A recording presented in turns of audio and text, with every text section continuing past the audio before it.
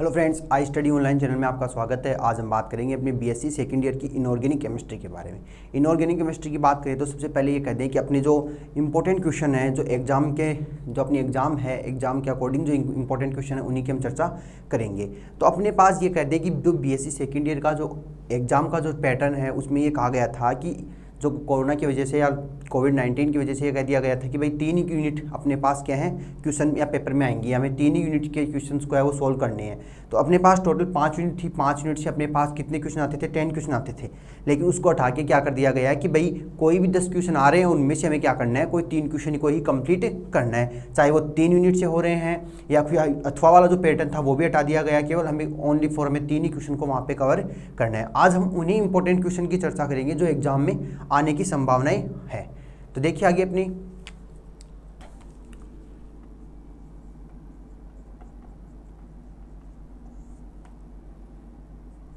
Inorganic की बात कर रहे हैं। ऑर्गेनिक का जो मैटर था वो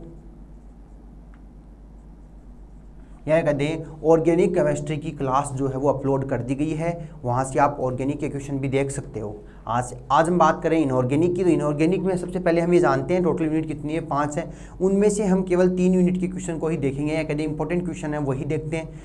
चलिए सबसे पहले बात करते हैं अपना जो फर्स्ट इंपॉर्टेंट क्वेश्चन है उसकी बात करते हैं, वो है ब्रोंस्टेड-लोरी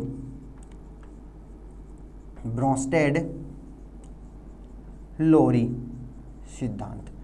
सबसे पहले बात की जाए तो ब्रोंस्टेड-लोरी सिद्धांत है जो किसने दिया, साइंटिस्ट हुए थे ब्रोंस्टेड एंड लोरी, उन्होंने दिया। ये बात की जाए तो ये किसके अंदर है, तो इसकी ये जो ब्रोंस्टेड-लोरी सिद्धांत था वो अपने लिए ये कह सकते हैं एसिड और बेस का जो चैप्टर था वहीं से है, अम्ल प्लस क्षार से। तो पहला क्वेश्चन हमने कहाँ से लिया, अम्ल और क्षार से लिया, जिसका नाम क्या है, ब्रोंस्टेड-लोरी सिद्धांत। तो नॉर्मली ये पूछा जा सकता है ब्रोंस्टेड-लोरी क्या है। ब्रोंस्टेड-लोरी ने एसिड और बेस के लिए क्या बताया कि भाई एसिड क्या है और बेस क्या है। तो सबसे पहले बात करूं तो एसिड यानी कि अम्ल क्या है इसके बारे में बताया गया। फिर हम ये कह दें कि क्षार जो है वो क्या है, बेस। तो एसिड और बेस के बारे में ब्रोंस्टेड ने क्या कहा है, ब्रोंस्टेड-लोरी ने क्या कहा, तो इसने केवल किसके ऊपर बल दिया, प्रोटॉन के लिए। क्या कहा, प्रोटॉन के लिए। कहने का मतलब वह स्पीसीज है, कह दे इस सिद्धांत में क्या कहा गया, वह पदार्थ जो प्रोटॉन को क्या करता हो, देता हो, प्रोटॉन देता हो, एसिड कहलाता है। कहने का मतलब प्रोटॉन देता है क्या कहलाएगा, एसिड। अब तो दूसरा क्या हो जाएगा, जो प्रोटॉन लेता है, प्रोटॉन ग्रहण करता है। तो ये कह सकते हो कि जो प्रोटॉन ग्रहण करता है वो क्या कहलाएगा, बेस कहलाएगा। जो प्रोटॉन डोनेट करता है वो एसिड कहलाता है। जो प्रोटॉन देता है या डोनेट करता है वो एसिड कहलाता है। जो प्रोटॉन ग्रहण करता है वो बेस कहलाता है। इसका मतलब ये क्या है, प्रोटॉन डोनर है और ये क्या है, प्रोटॉन एक्सेप्टर है। अपनी बात हो गई कि भाई वह स्पीसीज जिसके अंदर प्रोटॉन को दिया जाता है एसिड कहलाता है, या वह पदार्थ जो प्रोटॉन देते हैं, वह पदार्थ जो प्रोटॉन देते हैं क्या कहलाएंगे, अम्ल कहलाएंगे। जो प्रोटॉन को ग्रहण करता है वो क्षार कहलाएगा। यहां तक अपनी बात हुई। अब बात करते हैं, मैंने लिया है HCl प्लस H2O। अब ये देखते हैं कि ये तो अम्ल है, ये वाटर है, ये तो हाइड्रोक्लोरिक एसिड है और ये वाटर है। अब हमें ये देखना है, जो मान लीजिए एसिड है तो एसिड का ही काम करेगा। ये तो हमें पता है कि भाई अम्ल है, ये तो पहले से हमें पता है ये एसिड है। ये एसिड है तो वाटर का काम करेगा, बेस का काम करेगा। अब ये कह रहा है जो प्रोटॉन देता है, जो वो प्रोटॉन देगा वो क्या कहलाएगा, डोनर, और जो प्रोटॉन को ग्रहण करेगा वो एक्सेप्टर। इसमें से मान लीजिए एसिड है, हम ये कहते हैं कि एसिड क्या करता है, प्रोटॉन देता है। तो एसिड ने क्या कर दिया, प्रोटॉन को दिया किसके रूप में, H+Cl- के रूप में। H3O क्या करेगा, ये प्रोटॉन को लेता है तो यहाँ पहले से क्या है, H2O है, प्लस में ये H+ और लेगा, तो ये कितने बन जाएंगे, इनकी बात की जाए। सबसे पहले मैं कह दूं Cl- और ये क्या बन गया, H3O+। हाइड्रोजन के पास कितने हो गए, हाइड्रोजन कितने हो गए, 3 हो गए। अब यहां से अपने पास हमने एग्जांपल लिखा है, एक रिएक्शन लिखी जिसमें कहा HCl जो है या हाइड्रोक्लोरिक एसिड, ये तो क्या है, अम्ल है, जिसके अंदर बेस किसको लिया, वाटर को लिया। दोनों की रिएक्शन हुई। इसके अंदर हमने क्या देखा कि एसिड क्या है, जो प्रोटॉन डोनर है, एसिड क्या है, प्रोटॉन देता है। तो एसिड में से हमने क्या निकाला, H+ निकाला। H+ क्या है, एक प्रोटॉन है। फिर Cl-, तो Cl- तो अपना अकेला रह गया और प्रोटॉन किसने ले लिया, वाटर ने। वाटर क्या है, बेस है, जो क्या करता है, प्रोटॉन को एक्सेप्ट करता है। तो H2O से क्या बन गया, H3O बन गया। ये था अपना फर्स्ट एग्जांपल, हमने रिएक्शन देखी HCl और H2O की। अब बात की जाए HCl और H2O से रिएक्शन की तो अपने पास क्लोरीन और H3O का मॉलिक्यूल आया, तो हम ये कह सकते हैं भाई इस HCl ने क्या किया है, अपना प्रोटॉन दिया है, प्रोटॉन दिया था। HCl से प्रोटॉन निकलते ही इसने क्या कर लिया, Cl माइनस में आ गया और ये H3O प्लस, इसने प्रोटॉन लिया है, इसका मतलब ये तो क्या है, क्या था, ये बेस है और इसने दिया है तो एसिड है। ये तो अपनी बात हुई। अब बात करते हैं संयुग्मी अम्ल एंड क्षार की। कॉन्जुगेटेड एसिड एंड बेस क्या होता है, कॉन्जुगेटेड एसिड एंड बेस क्या होता है, ये अपने पास क्या है, ब्रोंस्टेड लोरी सिद्धांत के अकॉर्डिंग एसिड एंड बेस की धारणा थी कि भाई एसिड और बेस के लिए ब्रोंस्टेड लोरी ने क्या कहा, तो ब्रोंस्टेड लोरी ने केवल और केवल प्रोटॉन के बारे में बताया और इसमें किसी भी विलायक की चर्चा नहीं की गई। हमने यहाँ तक देखा, हमने कहीं भी विलायक के बारे में नहीं कहा कि भाई विलायक तनु है, सांद्र है, डाइल्यूट होगा, कैसा होगा, इसके बारे में कोई चर्चा नहीं हुई। हमने किसके बारे में बात की है, ओनली फॉर प्रोटॉन के बारे में बात की है कि प्रोटॉन जो है, प्रोटॉन क्या होगा, अगर प्रोटॉन को डोनर या प्रोटॉन डोनेट करता है वो हमेशा एसिड का काम करेगा, जो प्रोटॉन को एक्सेप्ट करता है वो हमेशा क्या करेगा, बेस का काम करता है। तो यहाँ से हमने बात की proton acceptor and proton donor, दोनों क्या है, डोनर है तो एसिड है और एक्सेप्टर है तो बेस है। यहां तक बात हुई। अब बात करेंगे कॉन्जुगेटेड एसिड एंड बेस की। कॉन्जुगेटेड एसिड एंड बेस क्या होता है,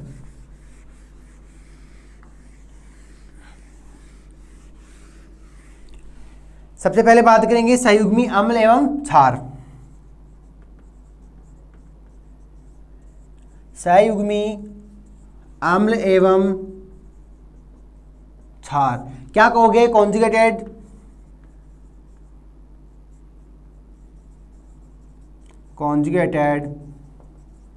एसिड एंड बेस, या इसको ये भी कह सकते हो conjugated acid, conjugated base. Short में क्या लिखोगे, conjugated acid and conjugated base, इस प्रकार से लिखेंगे साथ में इनको ताकि कोई दिक्कत ना हो। सबसे पहले ये कह रहा है संयुग्मी अम्ल एवं संयुग्मी क्षार क्या होता है, तो हम ये जानते हैं एसिड ब्रोंस्टेड लोरी के अनुसार जो अम्ल और क्षार है उसके अंदर प्रोटॉन अम्ल से क्षार की ओर जाता है। ये हमने बात कर ली थी कि प्रोटॉन डोनर जो है वो क्या करेगा, एक्सेप्टर को देगा। तो हमने ये बात की थी ब्रोंस्टेड लोरी के अनुसार अम्ल क्षार जो विक्रिया हुई थी, हमने बात की थी एसिड प्लस बेस की जो रिएक्शन हुई थी उसके अंदर हमने क्या कहा, जो प्रोटॉन है वो किधर से किधर गया, वो गया एसिड से बेस की ओर गया। प्रोटॉन जो है वो किधर से गया, एसिड ने प्रोटॉन दिया, किसको दिया, बेस को, और बेस ने एक्सेप्ट करके क्या गया, तो प्रोटॉन जो है वो एसिड से बेस की ओर गया। यहां पे हम लिख देते हैं प्रोटॉन किधर से इधर गया, प्रोटॉन एसिड से बेस की ओर गया। तो क्या लिखोगे, संयुग्मी अम्ल एवं क्षार अभिक्रिया में, संयुग्मी अम्ल क्षार अभिक्रिया के अंदर, ये कहते हैं अम्ल क्षार अभिक्रिया के अंदर ब्रोंस्टेड ने ये कहा कि एसिड जो है, जो प्रोटॉन है वो एसिड से किधर जाएगा, बेस की ओर जाएगा, जिससे हमें संयुग्मी अम्ल एवं संयुग्मी क्षार प्राप्त होंगे। संयुग्मी अम्ल और संयुग्मी क्षार प्राप्त हो जाएंगे। कैसा होगा, नया संयुग्मी अम्ल और क्षार प्राप्त होगा। अब ये बात कर लें, संयुग्मी अम्ल या अम्ल का संयुग्मी क्या होता है, क्षार होता है। हमारे पास या तो क्या लिखे, एक तो प्राप्त होगा संयुग्मी क्षार होगा, दूसरा क्या होगा, संयुग्मी अम्ल होगा, संयुग्मी अम्ल होगा। तो हमने ये कह दिया कि भाई जो ब्रोंस्टेड लोरी की अम्ल क्षार अभिक्रिया हुई थी उसके अंदर हमने बात की प्रोटॉन जो है वो एसिड से बेस की ओर गया। फिर हमने ये कहा इस एसिड से बेस की ओर जाएगा तो हमें एक नया संयुग्मी अम्ल क्षार प्राप्त होगा। अब ये कह रहे हैं संयुग्मी क्षार है, एक संयुग्मी अम्ल है, तो संयुग्मी क्षार ये किससे प्राप्त हुआ, अम्ल से। ये किससे प्राप्त हुआ, अम्ल से। तो क्या लिखोगे, अम्ल का संयुग्मी क्या होगा, क्षार होगा, अम्ल का संयुग्मी क्षार होगा। तो मैं यहां लिख देता हूं कि अम्ल का संयुग्मी क्या हो गया, क्षार हो गया, और क्षार का संयुग्मी क्या हो गया, अम्ल हो गया। अम्ल का संयुग्मी क्षार हो गया और क्षार का, ये लीजिए, अम्ल का संयुग्मी क्या है, क्षार है, क्षार का संयुग्मी क्या है, अम्ल है। किसके अकॉर्डिंग है, ब्रोंस्टेड लोरी के संयुग्मी सिद्धांत के अकॉर्डिंग। यहां तक अपनी चर्चा हुई, यहां तक हमने बात कर ली। एक बार इसी को रिवाइज कर लेते हैं, इंपॉर्टेंट क्वेश्चन है, एग्जाम में पूछा जा सकता है। पहला क्या है, ब्रोंस्टेड लोरी हम चर्चा कर रहे हैं। ब्रोंस्टेड लोरी के अकॉर्डिंग हम ये कह सकते हैं किसी भी पदार्थ के द्वारा, किसी स्पीसीज के द्वारा जो प्रोटॉन को ग्रहण करता है एंड प्रोटॉन को डोनेट करता है, इसी के बारे में बात करें। सबसे पहले हमने बात की जो प्रोटॉन को डोनेट करता है वो हमेशा एसिड का काम करेगा। जो प्रोटॉन डोनेट करता है वो एसिड का, जो प्रोटॉन को एक्सेप्ट करता है वो बेस का काम करता है। उसके बाद हमने बात की कि इस ब्रोंस्टेड-लोरी सिद्धांत में केवल और केवल प्रोटॉन के बारे में ही बताया गया है, ना कि किसी विलायक के बारे में, कि यहाँ पे कौन सा विलायक है उसके बारे में कोई चर्चा नहीं हुई। यहाँ केवल और केवल प्रोटॉन के बारे में चर्चा हुई। उसके बाद हमने चर्चा की संयुग्मी अम्ल एवं क्षार के बारे में, कॉन्जुगेटेड एसिड एंड बेस के बारे में। तो इसमें यह कहा गया ब्रोंस्टेड-लोरी की अम्ल क्षार अभिक्रिया में प्रोटॉन का जो स्थानांतरण है वो किधर से किधर हुआ। प्रोटॉन वो कहां से आ, प्रोटॉन किसने दिया, एसिड ने। किसको दिया, बेस को। तो ये किधर से किधर गया, एसिड से बेस की ओर गया। जब एसिड से बेस की ओर जाएगा तो हमें क्या प्राप्त होगा, conjugated acid plus conjugated base हमें प्राप्त हो जाएगा। तो हमें क्या प्राप्त हो रहा है, कॉन्जुगेटेड एसिड और कॉन्जुगेटेड बेस प्राप्त हो रहा है। फिर हमने कहा जो अम्ल है, अम्ल जो होगा उसका तो क्या प्राप्त होगा, कॉन्जुगेटेड बेस, और जो बेस होगा उसका क्या होगा, कॉन्जुगेटेड एसिड। यही हमने लिखा है भाई, अम्ल का कॉन्जुगेटेड क्षार हो गया और क्षार का कॉन्जुगेटेड अम्ल हो गया। तो हमने क्या लिखा है, एसिड का हमें क्या प्राप्त होगा, कॉन्जुगेटेड बेस प्राप्त होगा, और जो बेस है उसका क्या प्राप्त हो जाएगा, कॉन्जुगेटेड एसिड। यहां तक बात हुई। अब बात करते हैं इसकी कुछ रिएक्शंस की चर्चा कर लेते हैं जो एसिड और बेस को बताता है।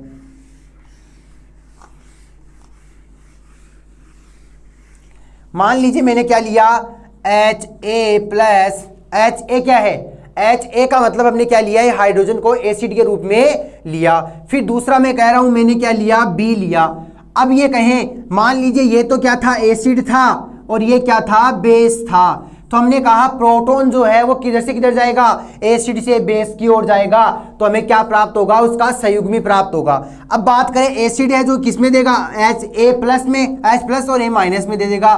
बेस अपने पास है, यहां से प्रोटॉन कौन लेगा, B लेगा। तो क्या बनेगा, BH प्लस A माइनस, ये प्राप्त हो गया। यहां पे एक क्या था, एसिड था। जैसे ही एसिड का क्या प्राप्त होगा, कॉन्जुगेटेड बेस। एसिड का हमें क्या प्राप्त हो गया, कॉन्जुगेटेड बेस।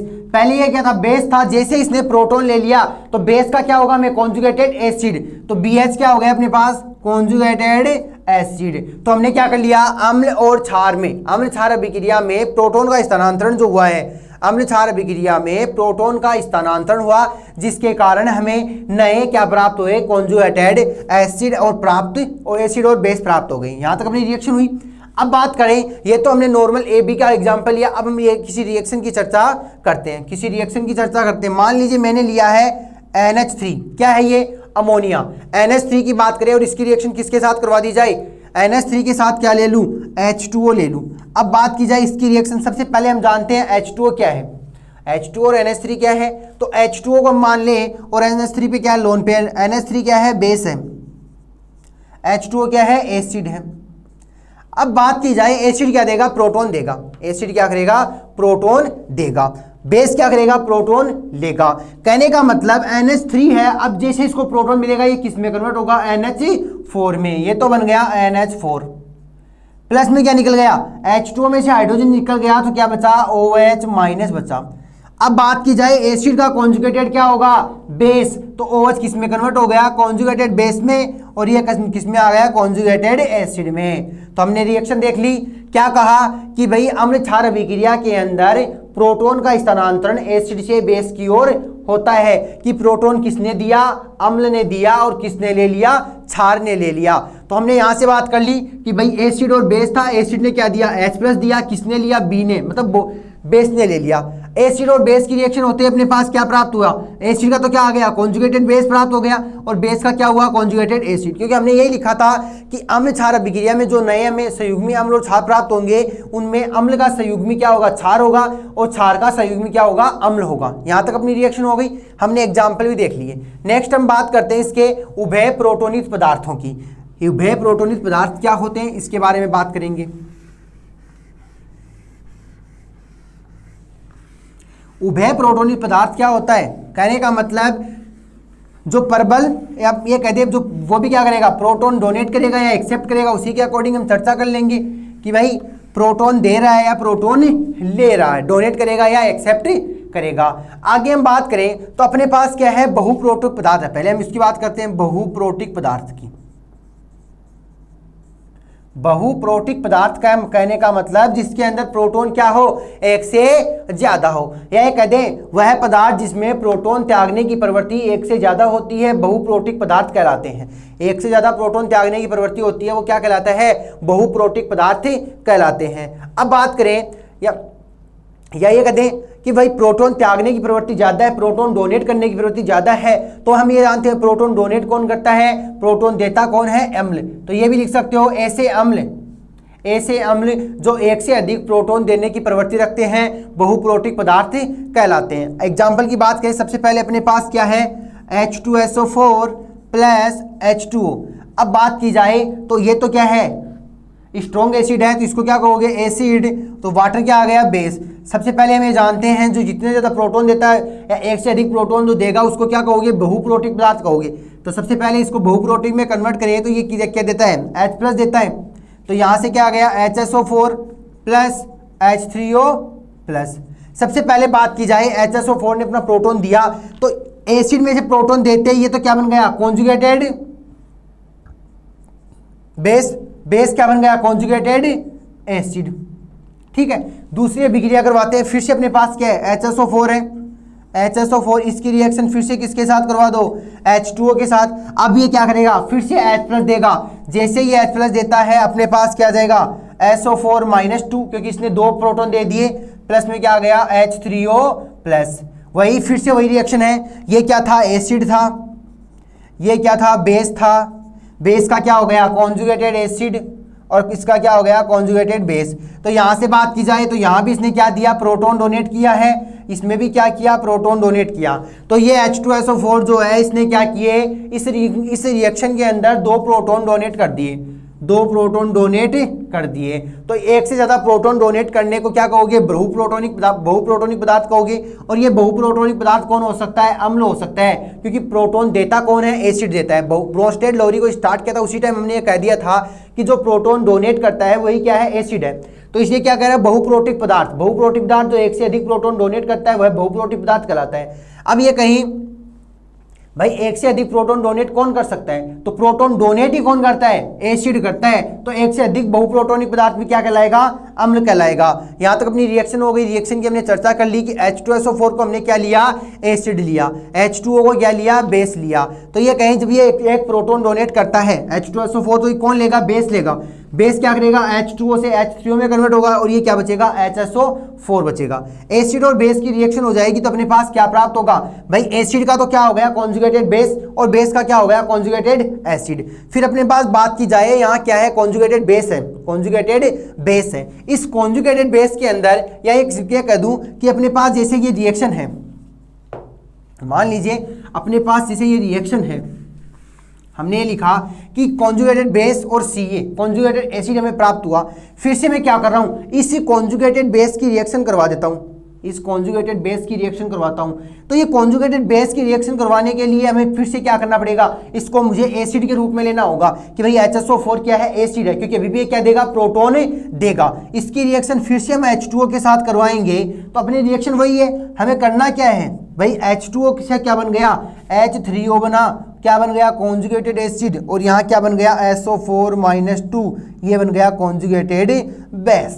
वही रिएक्शन है जो हमने पहले लिखी थी। भाई HSO4 क्या है, फिर से एसिड का काम करेगा, फिर ये एसिड है तो ये क्या देगा, प्रोटॉन देगा। तो कौन लेगा, वाटर लेगा। यहाँ से वाटर ने प्रोटॉन लेते ही ये किसमें कन्वर्ट हो गया, बेस था तो भी क्या बन गया, कॉन्जुगेटेड एसिड, और ये जो एसिड था वो क्या बन गया, कॉन्जुगेटेड बेस। तो इस रिएक्शन के अंदर हमने क्या देखा कि बहुप्रोटिक पदार्थ क्या होते हैं, उसकी बात की। जो एक से अधिक प्रोटॉन डोनेट करता है वही क्या है, बहुप्रोटिक पदार्थ होते हैं। बहुप्रोटिक पदार्थ की हमने चर्चा कर ली।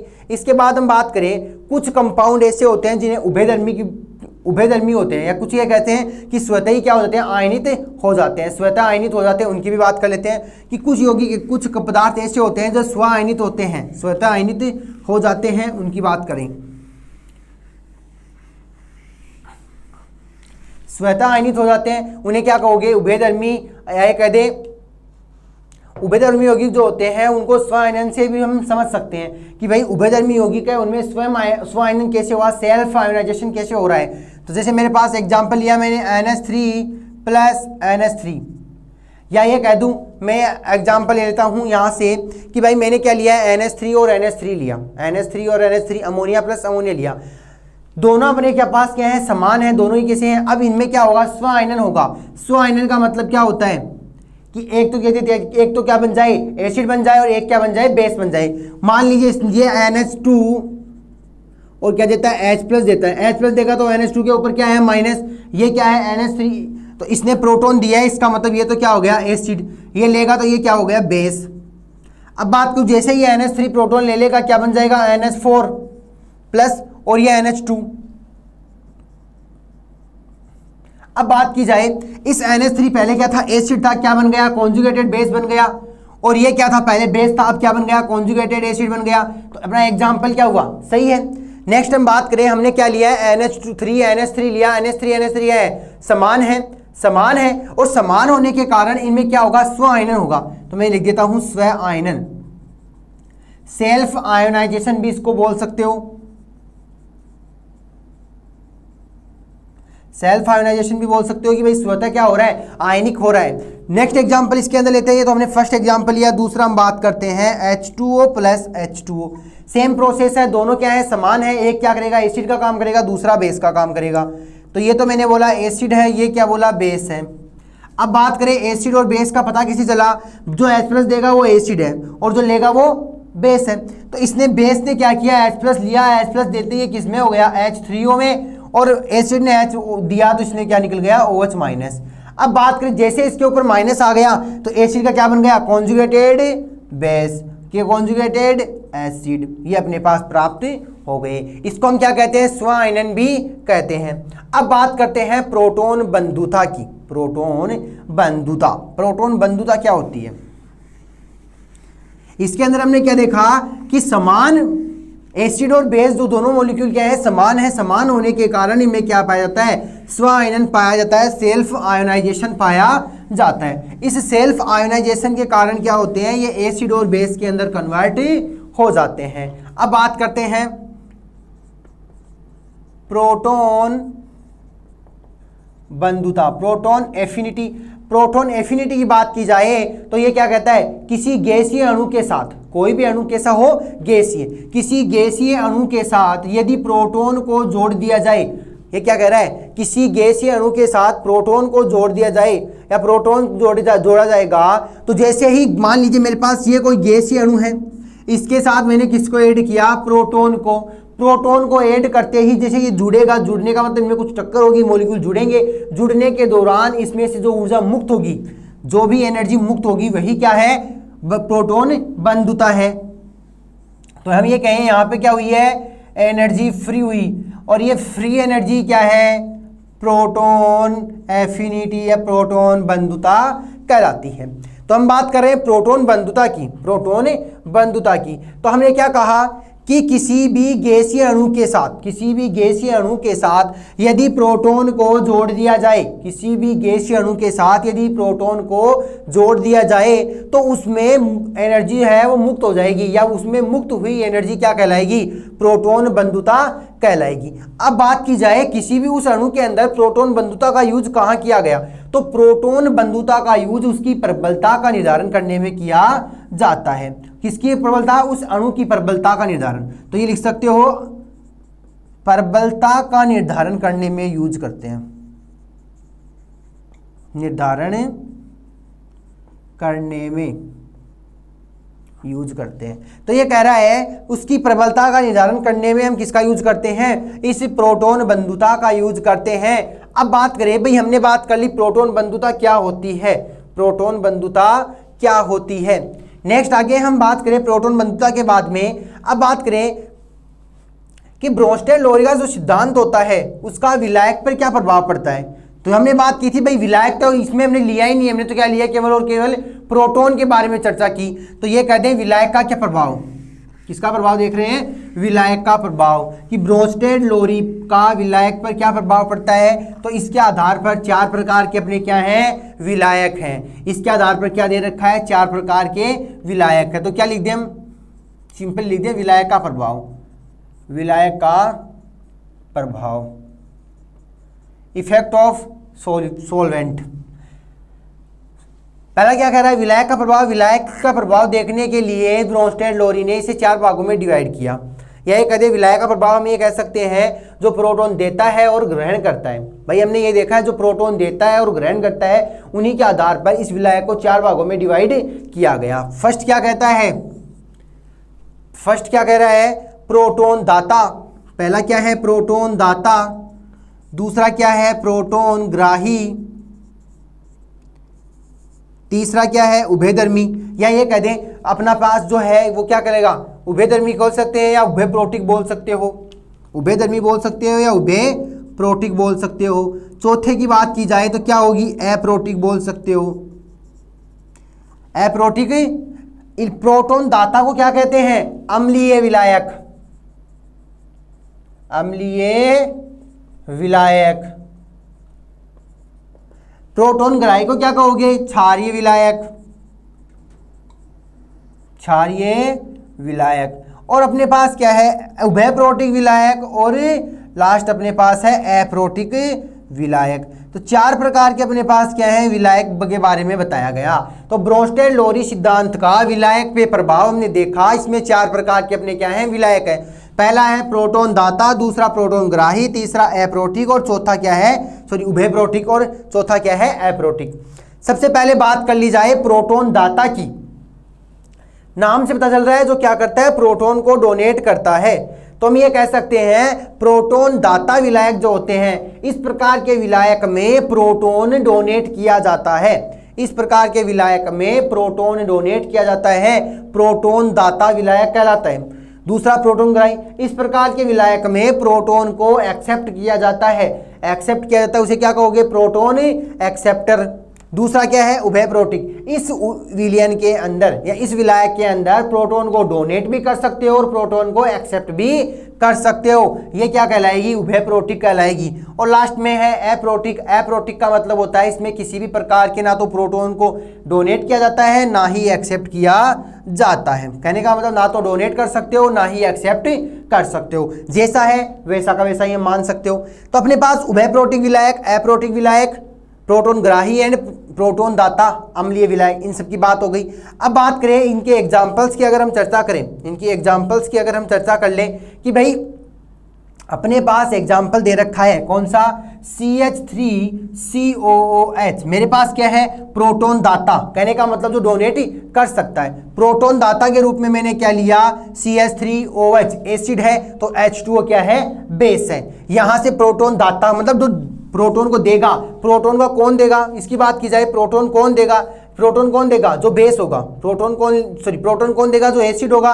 प्रोटॉन लेगा कौन, जो बेस होगा। बेस कौन है, H2O और CH3COH क्या है, एसिड। यहां से H+ निकलते ही ये क्या देगा, H3O+ और CH3CO-। इसने क्या किया, प्रोटॉन दाता ने डोनेट किया। दूसरा क्या कर रहा है, प्रोटॉन ग्राही। कहने का मतलब जो H2 है उसने क्या किया, प्रोटॉन को एक्सेप्ट किया, ये क्या है, प्रोटॉन ग्राही। तीसरा क्या कह रहा है, उभयप्रोटिक। उभयप्रोटिक का मतलब क्या होता है, जो प्रोटॉन डोनेट भी करता है और प्रोटॉन को एक्सेप्ट भी करता है। जो प्रोटॉन डोनेट भी करता है वो प्रोटॉन को एक्सेप्ट भी करता है। सबसे पहले तो बात कर ली जाए, यदि मैं कह दूं इस तीसरे में CH3COOH प्लस HCl। HCl क्या है, प्रबल अम्ल है, जबकि CH3 एसिटिक अम्ल क्या है, दुर्बल। तो इसको तो मान लेते हैं बेस के रूप में लिया, इसको मैंने क्या लिया, एसिड के रूप में। जैसे ये क्या करेगा, H+ को डोनेट करेगा, H+ डोनेट करेगा तो यहाँ क्या जाएगा, इसकी बात करें तो ये बन जाएगा CH3COOH2 प्लस Cl-। इसने क्या किया, प्रोटॉन को एक्सेप्ट किया है, दिया किसने, एसिड ने। अब मैं कह दूं दूसरी रिएक्शन CH3COOH, अगर इसकी जगह में क्या ले लूं, H2O ले लूं, तो इस बार क्या होगा, ये क्या बनेगा, एसिड, और ये क्या बन जाएगा, बेस। बेस बनते ही H2O क्या करेगा, H3O में कन्वर्ट होगा, H3O में कन्वर्ट होगा, और प्लस में क्या निकल जाएगा, CH3CO-।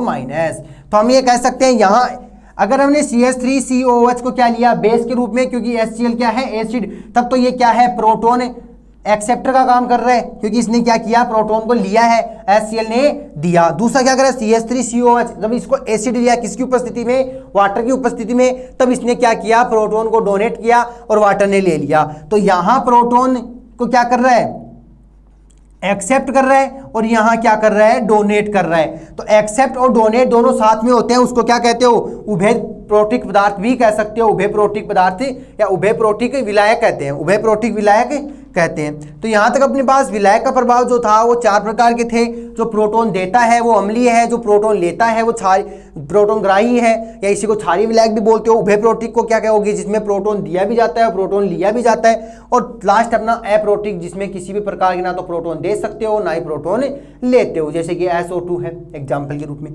आगे बात करें, विलायक का प्रभाव अपना हो गया। इसके बाद हम बात करते हैं ब्रोस्टेड लोरी सिद्धांत की कमी। ब्रोस्टेड लोरी सिद्धांत की कमी क्या रह गई थी उसके बारे में चर्चा करते हैं। तो ब्रोस्टेड लोरी सिद्धांत की कमी तो यही है कि भाई इसने इस एसिड और बेस को बताने के लिए केवल और केवल किसके बारे में बताया, किस पे जोर दिया, प्रोटॉन के बारे में ही जोर दिया, कहीं भी विलायक के बारे में नहीं बताया गया। इसलिए हम ये कह सकते हैं कि ये सभी एसिड बेस ये सभी सिद्धांतों के लिए लागू नहीं हो सकता, क्योंकि कुछ जगह ऐसी होती है जहाँ पे प्रोटॉन ना मिले, इसको क्या पता विलायक ही मिल जाए, तब उसको एसिड और बेस में कैसे अलग कर पाओगे। तो ब्रोस्टेड लोरी सिद्धांत की कमी क्या है, इसने प्रोटॉन पर जोर दिया और विलायक के बारे में कुछ ना बताया, विलायक के बारे में कुछ नहीं बताया।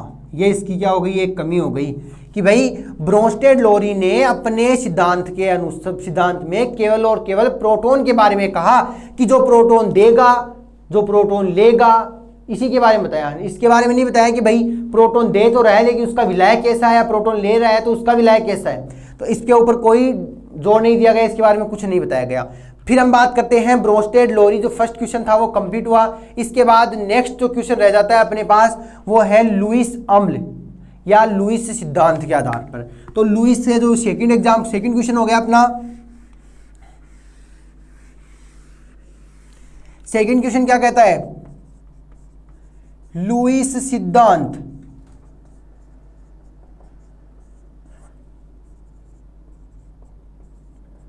लुईस थ्योरी के अकॉर्डिंग भी हम क्या करेंगे, एसिड और बेस के बारे में चर्चा करेंगे कि लुईस ने एसिड और बेस के बारे में क्या बताया, लुईस ने एसिड और बेस के बारे में क्या बताया। तो इसमें क्या कहोगे, वे पदार्थ जो लोन पेयर युग्म को डोनेट करते हो या फिर लोन पेयर युग्म को एक्सेप्ट करते हो। तो ब्रोस्टेड लोरी के अंदर तो किसके बारे में बात की थी, प्रोटॉन के बारे में, और यहाँ किसके बारे में बात करोगे, इलेक्ट्रॉन युग्म के बारे में। तो बात की जाए इलेक्ट्रॉन युग्म, ये कह रहा है इलेक्ट्रॉन युग्म।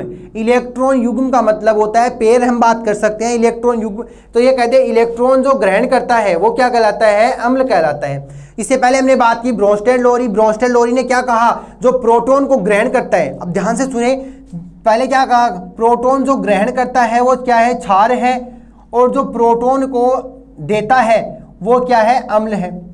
लेकिन लुईस ने क्या कहा एसिड और बेस के बारे में कि इलेक्ट्रॉन युग्म को जो ग्रहण करता है वो क्या है, अम्ल है, और जो इलेक्ट्रॉन युग्म को डोनेट करता है या देता है वो क्या है, क्षार है। दोनों में डिफरेंस क्या है, हर एक साइंटिस्ट ने अपनी थ्योरी के अंदर अलग बताया। प्रोटॉन और प्रोटॉन के बारे में किसने बताया, ब्रोस्टेड और लोरी ने बताया, और इलेक्ट्रॉन युग्म के बारे में किसने बताया, लुईस सिद्धांत ने बताया या लुईस ने बताया।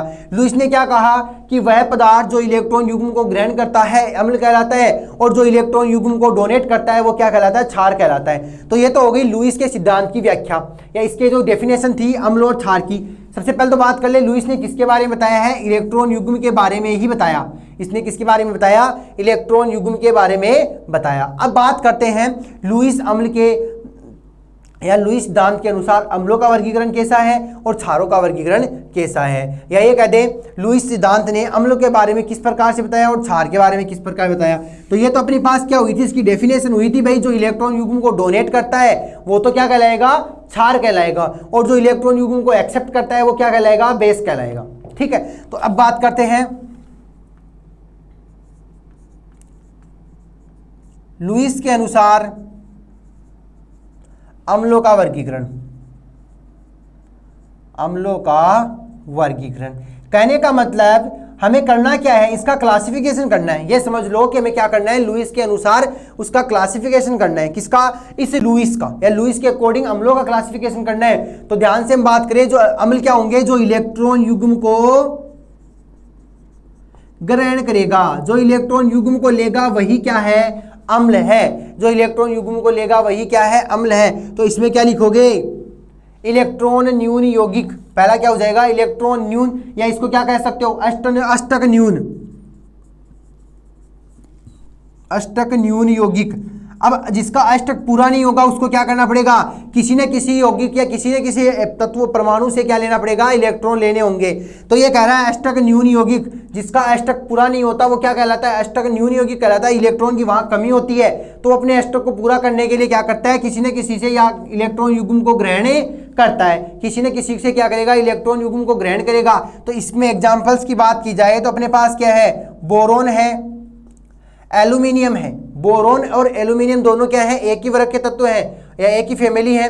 तो ये दोनों क्या करते हैं, बोरोन और एल्यूमिनियम क्या करते हैं, किसी क्षार से या कह दे जो जिसके पास इलेक्ट्रॉन युग्म ज्यादा है उससे रिएक्शन करेंगे या उससे बॉन्ड बनाएंगे और क्या ले लेंगे, इलेक्ट्रॉन युग्म लेंगे और क्या करेंगे, इलेक्ट्रॉन को एक्सेप्ट करेंगे, इलेक्ट्रॉन युग्म को एक्सेप्ट करके अपने अष्टक को पूरा करेंगे। लुईस के अनुसार अम्लों का वर्गीकरण पढ़ रहे हैं, उसके अंदर हमने पहला देखा अष्टक न्यून यौगिक। अष्टक न्यून का मतलब जिसके पास इलेक्ट्रॉन की कमी होती है इसीलिए वो अष्टक पूरा नहीं कर पाता। तो इलेक्ट्रॉन की कमी किसके पास, हमने एग्जाम्पल लिया है बोरोन फैमिली। तो बोरोन और एल्यूमिनियम दोनों क्या है, एक ही फैमिली के तत्व हैं। बोरोन और एल्यूमिनियम जो है वो दोनों एक ही तत्व के या एक ही फैमिली के क्या है, तत्व है, जिसका क्या है, अष्टक अपूर्ण है। अष्टक को पूरा करने के लिए यह क्या करेंगे, किसी इलेक्ट्रॉन जिसके पास इलेक्ट्रॉन की अधिकता है उसके संपर्क में आएंगे। तो ये तो हो गई अष्टक न्यून यौगिक। दूसरा हम बात करते हैं इसी में पी तथा डी कक्षकों की रिक्ति या रिक्त डी कक्षक, रिक्त पी व डी कक्षक। हम क्या कह रहे हैं, रिक्त पी व डी ऑर्बिट। कहने का मतलब वे कक्षक जिनमें रिक्त पी व डी कक्षक पाया जाता है वो भी क्या है, अम्लों में विभाजित किया गया है, उसमें भी क्या होंगे, अम्ल होंगे। जैसे कि मैं बात करूं BF3, तो यहां हमने बात की जाए तो BF3 का मतलब क्या है, बोरोन ट्राइफ्लोराइड। बोरोन ट्राइफ्लोराइड, यहाँ अपने पास क्या है, BF3 है। इसकी रिएक्शन में किसके साथ करवाऊँ, फ्लोरीन के साथ करवाऊंगा तो मेरे पास क्या आएगा, BF4 आ जाएगा। अब मैं कह दूं यहाँ क्या था, BF3 था, इसके पास क्या थे, इलेक्ट्रॉन न्यून थे, इसके अष्टक पूरा नहीं हुआ, इसमें क्या है, डी कक्षक जो है, या ये कह दे BF3 के अंदर क्या होगा, पी कक्षक वैकेंट होगा। बोरोन के अंदर क्या होगा, पी कक्षक वैकेंट होगा, क्योंकि बोरोन कितने नंबर पे आता है, बोरोन आता है 5 नंबर पे।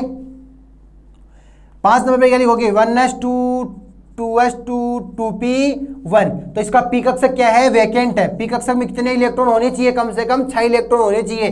तो इसका पी कक्षक क्या हो गया, वैकेंट हो गया। तो अपने पी कक्षक के वैकेंट होने के कारण ये क्या है, अम्लों में वर्गीकृत किया गया। तो ये पी कक्षक पूरा नहीं करने के लिए इसको क्या चाहिए, एक पी कक्षक भरा हुआ। तो एफ क्या है, पी कक्षक में इसके पास क्या है, पी कक्षक के इलेक्ट्रॉन ज्यादा है, तो ये एफ से क्रिया करके क्या बनेगा, BF3 से क्या बन जाएगा, BF4 में कन्वर्ट हो जाएगा। ये तो किसका है, पी ऑर्बिट का। पी ऑर्बिट का मतलब पी कक्षक का है। ऐसे ही हम क्या कर सकते हैं, डी कक्षक को भी डिवाइड कर सकते हैं भाई, डी कक्षक में भी इसको काम में ले सकते हैं। इसके बाद ये 2 पॉइंट हो गए अपने पास अम्लों के वर्गीकरण में। एक तो हो गया इलेक्ट्रॉन न्यून या अष्टक न्यून यौगिक, दूसरा क्या हो गया, रिक्त पी व डी कक्षक। अब बात करेंगे धनात्मक स्पीसीज की। कहने का मतलब वह स्पीसीज जिसके ऊपर क्या पाया जाता हो, पॉजिटिव चार्ज पाया जाता हो, वो भी किस में आएगी, अम्लों में आएगी। तो नेक्स्ट थर्ड पॉइंट क्या है, धनायन स्पीसीज या धनात्मक स्पीसीज की। धनात्मक स्पीसीज की बात की जाए तो वह स्पीसीज जिसके अंदर क्या पाया जाता है, पॉजिटिव चार्ज पाया जाता है, या धनायन में मैं कहते हैं कि धनात्मक आयस पाया जाता है। जैसे कि बात करें धनायस किस पे पाया जाता है, जैसे कि मैं लिख दूं Ag+, इसके अलावा Na+। ये Na+ किसके साथ बॉन्ड बना सकता है, या Ag+ किसके साथ बॉन्ड बना सकता है, जिसके पास पहले से क्या हो, इलेक्ट्रॉन की अधिकता हो। भाई इनको क्या चाहिए, इलेक्ट्रॉन चाहिए, इसके पास इलेक्ट्रॉन नहीं है, इलेक्ट्रॉन युग्म को ये क्या कर सकते हैं, ग्रहण कर सकते हैं। इनके पास क्या है, इलेक्ट्रॉन युग्म की कमी है, तो ये इलेक्ट्रॉन युग्म को ग्रहण कर सकता है। तो पॉजिटिव चार्ज युक्त स्पीसीज भी किस में आएगी, इन्हीं अम्लों में आएगी। ये यहाँ तक हुआ अपना धनायन स्पीसीज का अम्लों का वर्गीकरण। अब बात करते हैं नेक्स्ट अपने पास, जैसे कि हम ये कह दें लुईस के अनुसार अम्लों का वर्गीकरण हमने किया, इसे अब बात करेंगे क्षारों का वर्गीकरण। किसके अकॉर्डिंग, लुईस के अकॉर्डिंग। तो अम्लों की जगह क्या लिखोगे, क्षार,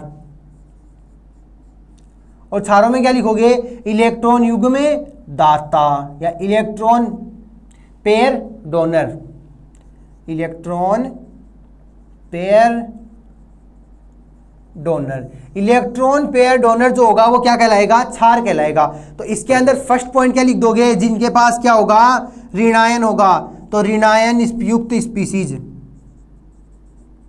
तो ऋणायन स्पीसीज क्या लिख सकते हो, वह स्पीसीज जिनके पास नेगेटिव चार्ज पाया जाता है, क्षारों में आती है, या कहते क्षारों में पाई जाती है। या ये कहते ऋणायन जो होते हैं वो उनके पास क्या होती है, इलेक्ट्रॉन युग्म की अधिकता होती है, तो वह इजीली अपने इलेक्ट्रॉन को डोनेट कर सकता है। और जो इलेक्ट्रॉन डोनेट करता है वो किस में आएगा, क्षार के अंदर आएगा। तो यहां से इलेक्ट्रॉन नेगेटिव चार्ज किसके ऊपर होता है, क्लोरीन, फ्लोरीन, आयोडीन, ब्रोमीन, ये सारे के सारे क्या हैं, जिनके पास इलेक्ट्रॉन की कमी है। ये सारे सारे क्या हैं, जिनके पास इलेक्ट्रॉन की कमी है। इसके अलावा भी हम बात करें तो अपने पास क्या हो जाता है, साइनाइड, NH2-, ये सारे के सारे क्या हैं, नेगेटिव चार्ज वाले हैं, जिनके पास क्या है, नेगेटिव चार्ज पाया जाता है। तीसरा ये कैसे, दूसरा क्या होगा, लोन पेयर युक्त, मतलब जिन स्पीशीज के पास लोन पेयर पाया जाता है वो भी क्या करेगी, क्षार की बात ही काम करेगी।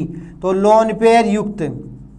अब बात कर लें वह स्पीसीज जिनके पास लोन पेयर है वो भी किस में आएगी, इसी क्षार में आएगी। लोन पेयर युक्त स्पीसीज भी क्या करेगी, क्षार में आएगी। क्योंकि लोन पेयर जो होते हैं वो कैसे हो सकते हैं, तो लोन पेयर युक्त उदासीन स्पीसीज हो सकती है। लोन पेयर युक्त क्या हो सकती है, उदासीन स्पीसीज हो सकती है। वो इजीली क्या कर देते हैं, अपने लोन पेयर को डोनेट कर देते हैं। अब बात करें लोन पेयर युक्त किस किस के ऊपर है लोन पेयर, NH3 नाइट्रोजन के ऊपर लोन पेयर है, OH के ऊपर क्या है, लोन पेयर है। कहने का मतलब जैसे कि हमने लिखा है, या फिर NR2 इसके ऊपर भी क्या है, लोन पेयर है। हमें करना क्या है, जिनकी वह स्पीसीज जिसके पास लोन पेयर पाया जाता है वो किस में आ जाएगी, क्षारों में आ जाएगी। जिसके पास नेगेटिव चार्ज आएगा वो भी क्षारों में आ जाएगी। जिनके पास पॉजिटिव चार्ज होगा वो एसिड के अंदर आएगी। जिनके पास ये कहते हैं जिसके पास पॉजिटिव स्पीसीज है वो किस में आएगी, अम्लों में। जिनके पास P व D कक्षक क्या है, रिक्त है, वो भी अम्लों में। जिनके पास अष्टक न्यून यौगिक है वो भी क्या होंगे, अम्लों में। तो ये हमने बात की लुईस सिद्धांत के अकॉर्डिंग। लुईस सिद्धांत में क्या कहा गया कि वह पदार्थ या वह पदार्थ जो इलेक्ट्रॉन युग्म को ग्रहण कर सकता हो और इलेक्ट्रॉन युग्म को डोनेट कर सकता हो। तो जो इलेक्ट्रॉन युग्म को डोनेट करता है वो हमेशा क्षार कहलाता है, और जो इलेक्ट्रॉन युग्म को ग्रहण करता है वो हमेशा अम्ल कहलाता है। ये तो अपनी बात हुई इलेक्ट्रॉन और जो एसिड और बेस के बारे में लुईस के अकॉर्डिंग। फिर ये कहा गया कि लुईस के अकॉर्डिंग एसिड कौन हो सकते हैं और बेस कौन हो सकते हैं। तो यहाँ हमने बात कर ली एसिड क्या है, जो पॉजिटिव चार्ज युक्त हो, जिसके पास अष्टक न्यून यौगिक हो, P व D कक्षक क्या हो, वैकेंट हो। फिर हमने बात की कि क्षार का वर्गीकरण, क्षार के वर्गीकरण के लिए क्या लिखोगे, जिनके पास नेगेटिव स्पीसीज है, नेगेटिव चार्ज हो। फिर हमने बात की सेकंड, जिनके पास लोन पेयर युक्त स्पीसीज हो। जिनके पास लोन पेयर होगा वो भी क्या करेगी, उदासीन स्पीसीज है, और इजीली क्या कर देगा, लोन पेयर को डोनेट कर देगा। अब बात करते हैं इसकी कमियां की। कमियां क्या हो सकती है लुईस की, तो लुईस की कमियों की अगर हम बात करें तो लुईस की जो अवधारणा थी काफ़ी विचलित, ये कहते काफ़ी बड़ी थी। लुईस की जो अवधारणा थी वो काफ़ी बड़ी थी, और इसके अंदर हम बात करें तो लुईस ने क्या कहा, या लुईस की जो अवधारणा थी वो काफ़ी बड़ी थी, या इसने अपने में ये कह दें कि इसने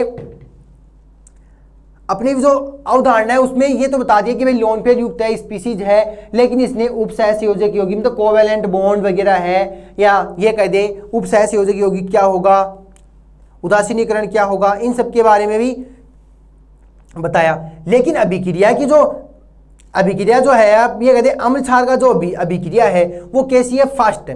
भाई लुईस के अंदर हमने बात की है कि भाई जो यौगिक न्यून होता है, अष्टक न्यून होता है, वो किसी यौगिक के कंपाउंड के साथ क्या कर सकता है, उपसहसंयोजक बॉन्ड बना के अपने अष्टक को पूरा कर सकता है, इलेक्ट्रॉन को ले सकता है। उनके बारे में बता दिया। लेकिन हम ये जानते हैं एसिड और बेस की अभिक्रिया कैसी है, तीव्र है, फास्ट होगी। लेकिन उस अभिक्रिया फास्ट होगी तो हम उसका अध्ययन नहीं कर पाएंगे। इसके बारे में किसने नहीं बताया, इस लुईस ने नहीं बताया। तो इसकी कमी में क्या लिखोगे कि अभिक्रिया की तीव्र होने की जो अध्ययन है, उसकी जो स्टडी है, उसके बारे में लुईस ने कुछ नहीं बताया। तो दो क्वेश्चन यहाँ पे अपने कंप्लीट हुए। इसके बाद नेक्स्ट हम बात करेंगे लक्स फ्लड थ्योरी या लक्स फ्लड सिद्धांत।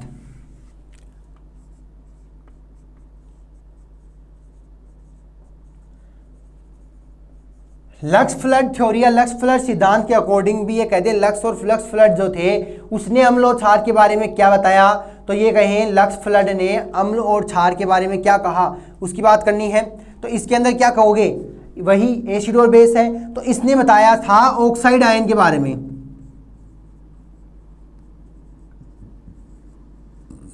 ऑक्साइड आयन के बारे में बताया। तो लक्स फ्लड ने किसको बेस माना? इस ऑक्साइड आयन को, कि ऑक्साइड आयन को क्या कर सकता है, या तो ग्रहण कर सकता है या फिर एक्सेप्ट कर सकता है। तो इसके अंदर हम बात करें तो जैसे हमने लुईस के अंदर देखा था कि जो ऑक्साइड आयन को या जो इलेक्ट्रॉन युग्म को ग्रहण करता है वो हमेशा अम्ल है और जो डोनेट करता है वो क्षार है। ये भी क्या कह रहा है? ऑक्साइड आयन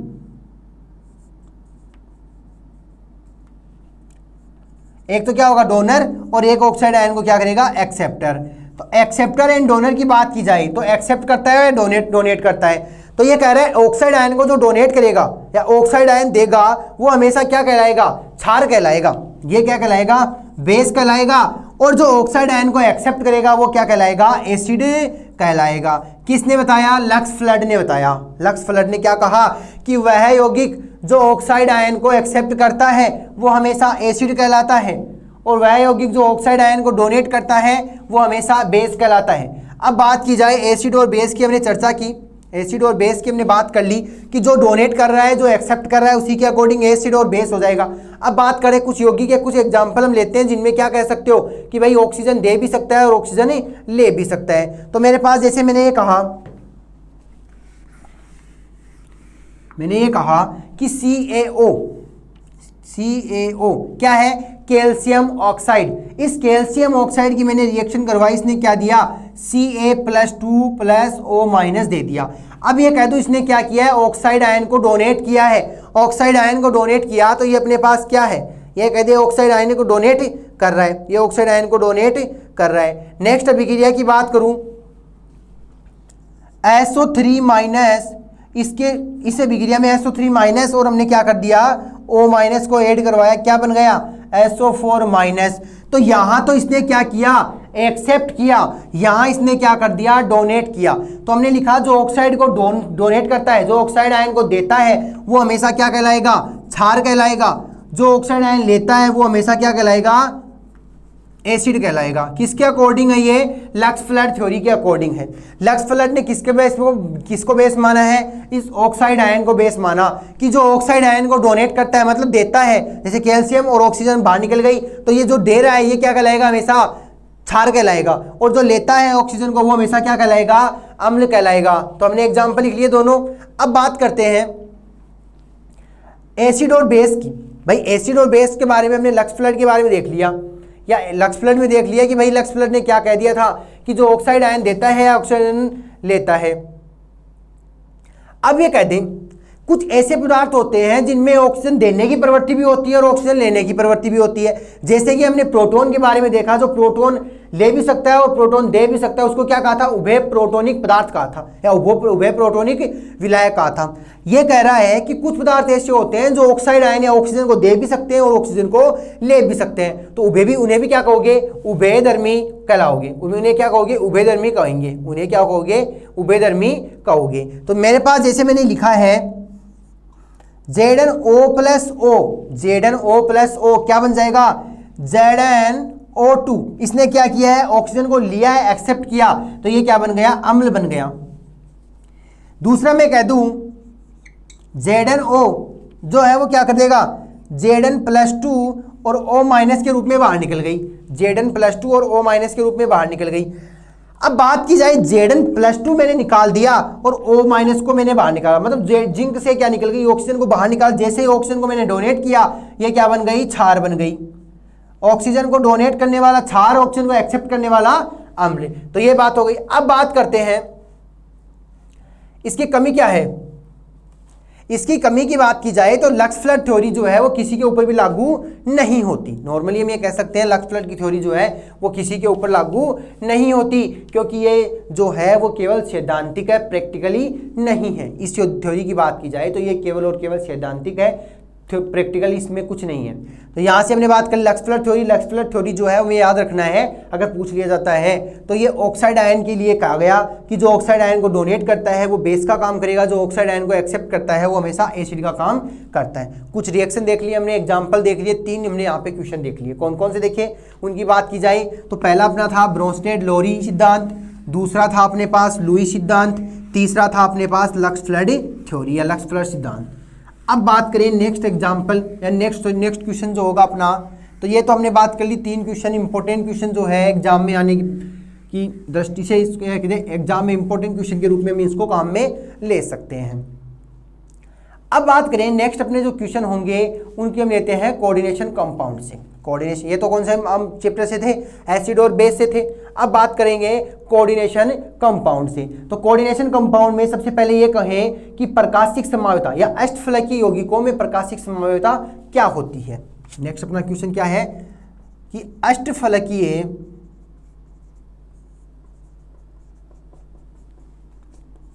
यौगिकों में प्रकाशिक समावयवता। तो सबसे पहले तो बात की जाए अष्टफलकीय यौगिकों की कोऑर्डिनेशन नंबर कितनी होती है, 6 होती है। तो हम ये कह सकते हैं ये 3 प्रकार की अपने पास समावयवता शो करता है। पहली बात करें तो MAA का होल थ्राइस, दूसरी हम बात करें MA2B2 या ये कह दें MAA का होल ट्वाइस B2। तीसरा हम ये कह दें या थर्ड जो एग्जाम्पल होगा वो क्या कहलाएगा, पहला हमने क्या लिखा MAA का होल थ्राइस, कहने का मतलब टोटल जो होंगे वो कितने हो जाएंगे, 6 हो जाएंगे। फिर हमने लिखा MAA2, ये कितने हो गए 4 और B2 6। थर्ड हम बात करें या थर्ड हम बात कर ले तो इसके अंदर मैं लिख सकता हूँ भाई ये तीनों समान थे, इसमें हमने क्या लिखा है 2 समान है 1 अलग है। तीसरा मैं कह दूँ तीनों ही क्या है अलग अलग है, तीनों ही क्या है अलग अलग है। क्या लिख दोगे A2 लिख दोगे, B2 लिख दोगे, C2 लिख दोगे। तो ये अपने पास क्या हो गए कि भाई अष्टफलकीय यौगिकों में प्रकाशिक समावयवता देखनी है तो इस प्रकार से हम लिख सकते हैं। अष्टफलकीय यौगिक है तो ये क्या करेंगे, कोई ना कोई कॉम्प्लेक्स का फॉर्मेशन करेंगे, कोई ना कोई मेटल इनसे जुड़ी हुई होगी। तो ये सबसे पहले हम बात करेंगे MAA का होल थ्राइस। MAA का होल थ्राइस इसका मतलब हम ये कह रहे हैं कि यहाँ से जो मेटल से जुड़ने वाले समूह होंगे वो कैसे होंगे, समान होंगे। तो मैं लिख रहा हूँ मेटल से जोड़ने वाला जो समूह है या M की जगह क्या लिखना है, कोई ना कोई मेटल लिखना है, A की जगह क्या है इनसे जुड़ने वाले कोई लिगेंड में लिखने हैं। तो सबसे पहले इसकी में जो एग्जाम्पल होगा वो क्या लिखेंगे COEN का होल थ्राइस, COEN का होल थ्राइस। अब बात करें ये तो क्या अपने पास सेंटर एटम है CO, सेंटर एटम से जुड़ने वाला जो समूह है वो क्या कहलाएगा CO हो गया। CO क्या है सेंटर एटम, सेंटर एटम से कौन जुड़ेगा EN। तो यहां हमने बात की थी A और A दोनों क्या है समान है, A और A क्या है समान है। तो मैं कह दूं A और A अगर अपने पास समान है तो इसको किस प्रकार से लिखोगे, तो यहां हम ये लिखें कि C और C जो दोनों समान है अपने पास उनको किस प्रकार शो करूं कि पहले बॉन्ड मेरा इस तरीके से, दूसरा यहां से, तीसरा यहां और चौथा यहां। 2 बॉन्ड अपने पास यहां से बाहर निकलेंगे तभी ये क्या हो पाएगी अष्टफलकीय स्ट्रक्चर हो पाएगी। तो मैं ये कह दूं EN को हमने ऐड किया तो एक EN तो यहाँ से, तो ये तो इसके साथ में और ये इसके साथ में जुड़ गया। दूसरा EN में लिख दूं यहाँ पे तो मेरा एक EN इसके साथ में, एक EN इसके साथ में, ठीक है। तीसरा EN मैंने यहाँ लिखा तो ये एक EN इसके साथ में और एक EN इसके साथ में। तो अपने पास क्या है CO समूह है, CO के साथ में क्या जुड़ा है 2-3 EN समूह जुड़े हैं। 3 का मतलब क्या हो गए कि भाई 2 बॉन्डों से एक EN जुड़ा है। तो इस और इस बॉन्ड से एक 2 यहाँ पे और तीसरा यहाँ पे। ये तो क्या हो गया फर्स्ट एग्जांपल है प्रथमता अष्टफलकीय यौगिकों में प्रकाशिक समावयवता की हम बात कर रहे हैं। तो इसमें क्या लिख सकते हो कि मेटल से जुड़ने वाले जो लिगेंडिंग समूह है या मेटल से जुड़ने वाला समूह जो होता है वो समान है। तीनों समूह क्या हो सकते हैं समान हो सकते हैं और जो तीनों समूह है वो पास पास वाले जो यहाँ और यहाँ मतलब पास पास में जुड़े होते हैं, पास वाले बॉन्ड से ही क्या करते हैं बॉन्डिंग बनाते हैं। तो इन दोनों बॉन्डों ने अपने बॉन्डिंग बनाई EN को ऐड कर लिया, इन दोनों ने बॉन्डिंग बनाई EN को ऐड कर लिया, इन दोनों ने बॉन्डिंग बनाई EN को ऐड कर लिया। अब यहाँ से अपने पास पॉसिबिलिटी ये भी हो सकती है कि मैं जिस प्रकार इसको और इसको मैंने EN में ऐड किया है तो मैं यहाँ EN को ऐड करते यहाँ और यहाँ से जोड़ सकता हूँ। लेकिन थर्ड ये EN जो है वो यहाँ और यहाँ से नहीं जुड़ सकता क्योंकि इन दोनों के मध्य जो दूरी है वो बहुत ज़्यादा हो जाएगी, 1 और 2 का गैप हो जाएगा, 2 बॉन्ड अपने पास गैप हो जाएगा। इसलिए हम इन दोनों को इसको यहाँ पे और इसको यहाँ पे ऐड कर देंगे। ये तो अपने पास फर्स्ट आया कि भाई COEN का होल थ्राइस हमने ऐड कर लिया।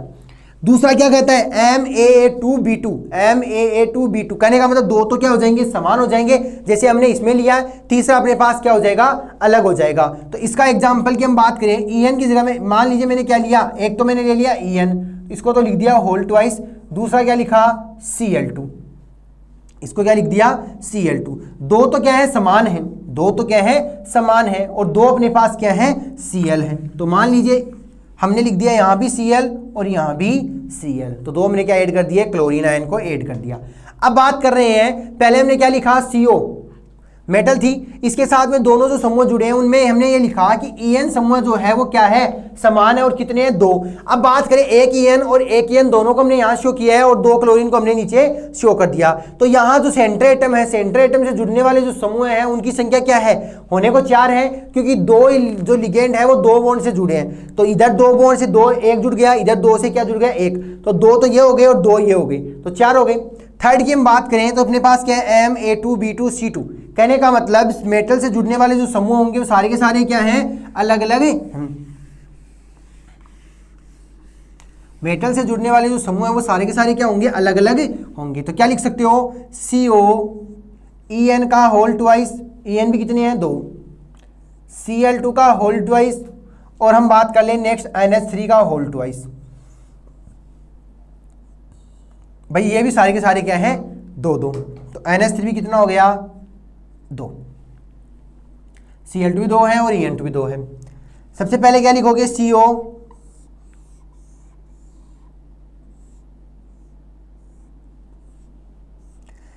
यहां से मैं लिख दूं कि मेरे पास En है, एक En यहाँ पे, एक En यहाँ पे, क्लोरीन यहाँ पे, क्लोरीन यहाँ पे, और NH3 और NH3। कहने का मतलब सेंटर एटम से जुड़ने वाले जो समूह हैं वो सभी के सभी क्या है, समान, या ये कहते हैं 2 2 क्या है, समान है, 2 2 क्या है, समान है, जिनकी हमने बात की। अब बात करें सभी के सभी क्या होते हैं, प्रकाशिक समावयवी होते हैं, ऑप्टिकल आइसोमेरिज्म को शो करते हैं। प्रकाशिक समावयता की बात की जाए तो यहाँ ये कहे प्रकाशिक समावयता के अंदर हम क्या लिख सकते हैं कि भाई ये समूह क्या होते हैं, एक दूसरे के मिरर इमेज होते हैं। तो मैं कहूँ मिरर इमेज हमें देखनी है तो किस प्रकार लिखोगे, तो मिरर इमेज देखने के लिए इसको किस प्रकार लिखते हैं, सबसे पहले क्या कर रहा है, En समूह कितने हैं, 2, तो ये En 2 है वो पहले की तरह अपने पास इस बॉन्ड पे और इस बॉन्ड पे शिफ्ट कर देता हूं। यहाँ मेरे पास क्या है, NH3 और इसके पास भी क्या है, NH3, यहाँ Cl और यहाँ Cl, ये अपने पास हो गई। जैसे ही मैं इसकी मिरर इमेज बनाता हूं, अब हम जानते हैं मिरर इमेज बनाने के लिए हमें क्या चाहिए,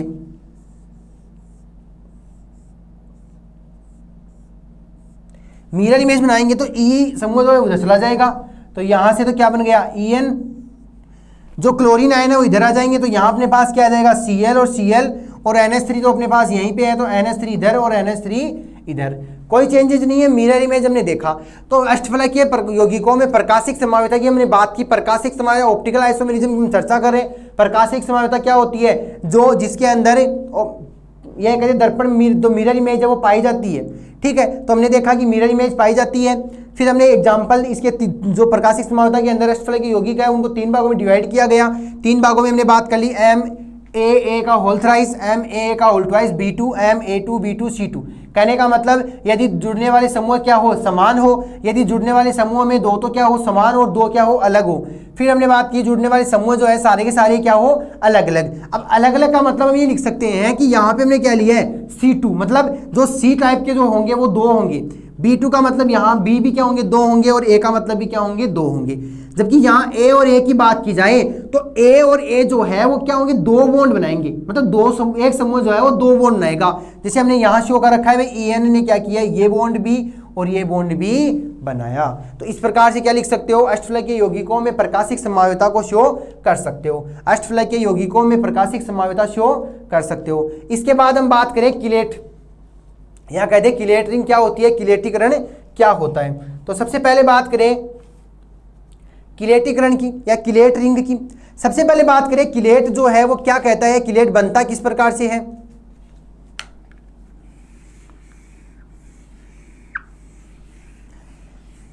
किलेट रिंग बनाने के लिए हम ये कह दें कि वह स्पीसीज जिसमें क्या हो, एक से ज्यादा डोनर समूह हो, और वो क्या करे, सेंटर एटम से जुड़े हुए हो।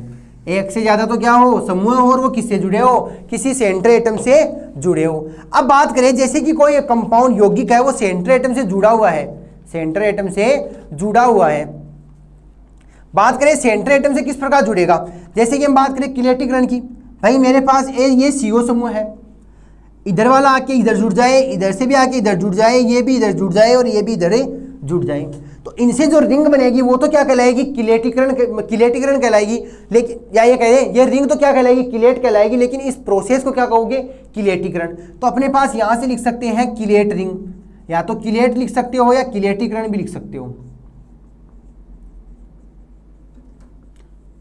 या तो किलेट लिख सकते हो, किलेटीकरण भी लिख सकते हो। तो हमने बात की सेंट्रेटम जो है इसमें क्या लिखोगे कि बहुदंतुक मतलब एक से ज्यादा जो लिगेंड है या बहुदंतुक लिगेंड जिनमें एक से अधिक क्या होते हैं, दाता परमाणु होते हैं। बहुदंतुक लिगेंड जिनमें एक से अधिक दाता परमाणु होते हैं, तो बहुदंतुक लिगेंड है और उनमें क्या है, एक से अधिक दाता परमाणु भी है। जो दोनों एटम है वो क्या है, एक से ज्यादा है, तो धातु के साथ जुड़कर क्या करते हैं, एक रिंग का निर्माण करते हैं। हम क्या लिख सकते हैं, एक यह कहते हैं बहुदंतुक लिगेंडों में एक से अधिक क्या है, दाता परमाणु है। बहुदंतुक लिगेंड पहले से उसमें क्या है, एक से अधिक दाता परमाणु है, तो क्या करते हैं, एक रिंग का निर्माण करते हैं। उस रिंग को हम क्या कहते हैं, किलेट कहते हैं, और उस प्रक्रिया को क्या कहते हैं, किलेटीकरण कहते हैं। अब बात की जाए कि 5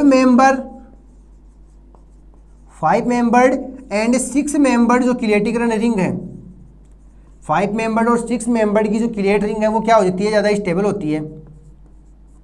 किलेट वाला है क्या होती है, मोर स्टेबल होती है। कब, जब किलेट जो है या तो 5 मेंबर या 5 मेंबर की हो या फिर 6 मेंबर की हो। तो ये लिख सकते हो 5 मेंबर व 6 मेंबर की जो किलेट रिंग है वो ज़्यादा स्टेबल होती है। अब ये कहे 5 मेंबर और 6 मेंबर कैसी हो गई, तो इसकी बात करते हैं। सबसे पहले मैं कह दूं 5 मेंबर और 6 मेंबर को कैसे लिखोगे, CONH3 का होल 6। यहां से बात करें CO से जुड़ने वाले जो दोनों एटम कितने हैं, 6 हैं। कहने का मतलब बनने वाली जो किलेट रिंग होगी वो कैसी होगी, 6 से। मतलब सेंटर एटम यहाँ होगा तो 1 2 3 4 5 और 6 यह बनेगी एक रिंग। इस 4 से जुड़ने वाले जो 6 समूह है वो तो सारे के सारे क्या कहलाएंगे, किलेट रिंग। ये रिंग तो क्या कहलाएगी, किलेट रिंग कहलाएगी। इनसे जुड़ने वाले जो समूह होंगे वो क्या कहलाएंगे, दाता समूह कहलाएगा। और ये क्या है, एक बहुदंतुक लिगेंड है। बहुदंतुक लिगेंड है जिनमें क्या है, एक से अधिक क्या है, दाता परमाणु है। CO समूह से जुड़ने वाले समूह क्या है, NH3 की संख्या कितनी है, 6। अब ये कह रहे हैं 6 NH3 एक समूह से जुड़ा है, तो इसका मतलब ये कैसा है, 6 मेंबर्ड है। ये कैसा है, 6 मेंबर है। अब बात करें इसी को मैं आगे बढ़ा दूं तो मैंने सेकंड एग्जांपल लिया COEN का होल थ्राइस। इसमें भी +3 है, इसमें भी +3। अब बात की जाए यहाँ पे क्या है, केवल 3 है जबकि यहाँ 6 है। तो इन दोनों का कंपैरिजन करें तो ज़्यादा स्टेबल कौन होगी, 6 मेंबर्ड रिंग। तो यहाँ से ये कह सकते हो कि ये जो रिंग होगी वो ज़्यादा क्या है, स्टेबल है, मोर स्टेबल है। तो किलेटीकरण रिंग में 6 मेंबर या 5 मेंबर की जो सदस्य 5 या 6 मेंबर जो वलय है या सदस्य होगी, रिंग होगी, सदस्य रिंग होगी, वो क्या होगी, ज़्यादा स्टेबल होगी। तो CONH3 में कितने हैं, 6 हैं। EN में कितने हैं, 3 हैं। तो दोनों की कंपेरिजन किया जाए तो ये 6 वाला जो सदस्य है वो क्या होगा, ज़्यादा स्टेबल होता है या मोर स्टेबल होता है। तो यहाँ तक अपने पास जो किलेटीकरण हो चुका, अष्टफलकीय यौगिकों में प्रकाशिक समावता की हमने चर्चा कर ली। इससे पहले हमने 3 क्वेश्चन देख लिए थे, लुईस अम्ल के, लक्स फ्लड और ब्रोंस्टेड लोरी की। अब बात करते हैं नेक्स्ट क्वेश्चन की। नेक्स्ट क्वेश्चन की बात करें तो अपने पास क्या दे रखा है, कोई लिगेंड दे रखे हैं, कोई लिगेंड दे रखा है। इन लिगेंडों का अगर हमारे पास नामकरण पूछ लिया जाए, मैंने का मतलब यदि कोई लिगेंड दे दिया और ये पूछा जाए कि उसका नाम लिखो तो वो किस प्रकार लिखते हो, नामकरण पूछ लिया जाए तो वो किस प्रकार लिखते हो, तो उसकी भी हम चर्चा करेंगे। तो चलिए बात करते हैं नामकरण की। अगर अपने पास कोई एग्जाम्पल दे रखा है और पूछ ले नामकरण करो तो वो कैसे करेंगे। कई बार पूछ लिया जाता है कि नामकरण करें। तो यहाँ से किलेटीकरण हो चुका। किलेटीकरण क्या कहता है, बहुदंतुक लिगेंडों में एक से अधिक क्या हो, दाता परमाणु हो और वो क्या करे, किसी न किसी रिंग का निर्माण करता हो, क्या कहलाएगा, किलेटी रिंग या किलेटीकरण कहलाएगा। बहुदंतुक लिगेंड है और क्या कहलाएगा, किलेटीकरण या किलेट रिंग कहलाएगा। अब हमें बात करनी है किसी एग्जाम्पल की, या ये कह दें कि अपने पास कोई जो कंपाउंड दे रखा है उसका हमें क्या करना है, नामकरण करना है। कोई कंपाउंड दे रखा है उसका हमें क्या करना है, नामकरण करना है। तो सबसे पहले मैं बात करूं नामकरण करने के लिए हमें क्या पता होना चाहिए कि भाई लिगेंड कौन सा है, मेटल कौन सी है। तो मेटल का नाम हमेशा सबसे लास्ट में करते हैं। भाई मेटल जो है वो कॉम्प्लेक्स के बाहर अगर कोई दे रखा है उसका नामकरण बाद में, जबकि कॉम्प्लेक्स के अंदर कोई मेटल है तो उसका नामकरण सबसे लास्ट में लिखते हैं, और जो लिगेंड जुड़े होते हैं उसका नामकरण पहले लिखते हैं। तो अपने पास ये कह सकते हैं कि भाई मेटल के साथ साथ क्या जुड़ा हो सकता है, कोई लिगेंड भी जुड़ा हो सकता है। मेटल के साथ क्या हो सकता है, कोई लिगेंड भी जुड़ा हो सकता है। तो सबसे पहले एग्जाम्पल लिखें कि भाई कौन सी मेटल है और किसके साथ जुड़ी हुई हो सकती है। कोई मेटल है वो किसके साथ जुड़ी हुई हो सकती है। सबसे पहले मेटल का नाम लिखना है। तो अपने पास जैसे मान लीजिए मेरे पास एग्जाम्पल ले रखा है मैंने, क्रोमियम NH3 का होल 6, ये क्या है Cr, इसको बोलते हैं क्रोमियम। फिर हमने क्या लिखा, NH3 का होल 6, फिर मैंने लिखा है CO NH3 का होल 6। डिफरेंस क्या है, यहां मैंने क्रोमियम लिया है, यहां मैंने क्या लिया, कोबाल्ट लिया। बात की जाए दोनों ही क्या है, लिगेंड है, या कहते हैं दो अपने पास क्या है, ये कब दो हमने क्या लिए, कंपाउंड है। अब इस दोनों का क्या करना है, साथ में नामकरण करना है। तो सबसे पहले क्या करोगे, इस वाले का लिखो या इस वाले का लिखो। NH3 6, यहाँ पे NH3 6, तो क्या लिखोगे, पहले NH3 को बात कर लेते हैं। पहले क्या लिख देते हैं, NH3, इस वाले का लिखते हैं। पहले क्या है, हेक्सा,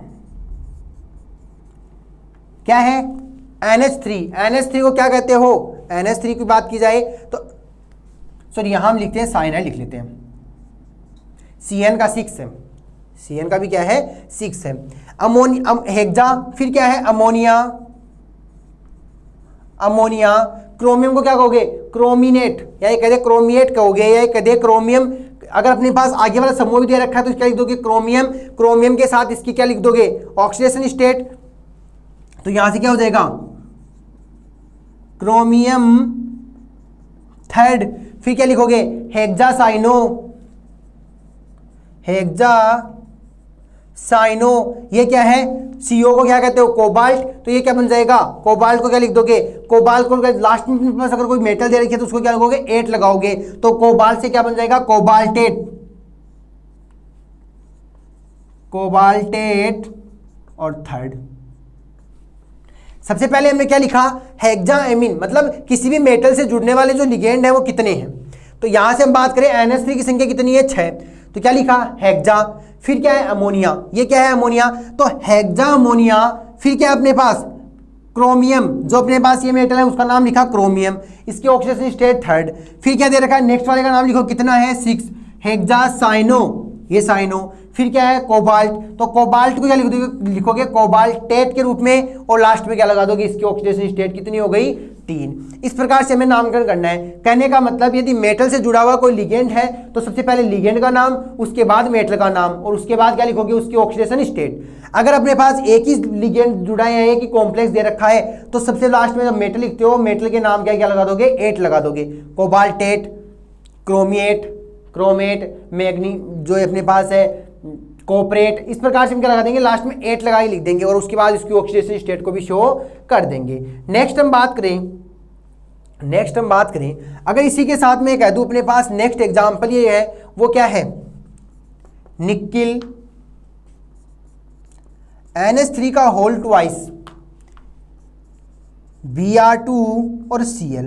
ये मेरे पास क्या है, कोई कॉम्प्लेक्स है, Br2 Cl मेरे पास क्या है, कॉम्प्लेक्स है। सबसे पहले क्या है, निकिल, अमोनिया, ब्रोमीन, क्लोरीन। अब बात की जाए इसका नामकरण हमें करना है। यदि कॉम्प्लेक्स के अंदर लिगेंड केवल एक ही है तब तो हम क्या कर देते हैं, क्योंकि इनकी संख्या देख के उसका नामकरण कर देते हैं। लेकिन वही अपने पास जैसे ऑर्गेनिक कंपाउंड्स के अंदर हम नामकरण करते हैं, वैसे यहाँ करना है। जो अंग्रेजी वर्णमाला के अकॉर्डिंग पहले आएगा उसका नामकरण पहले।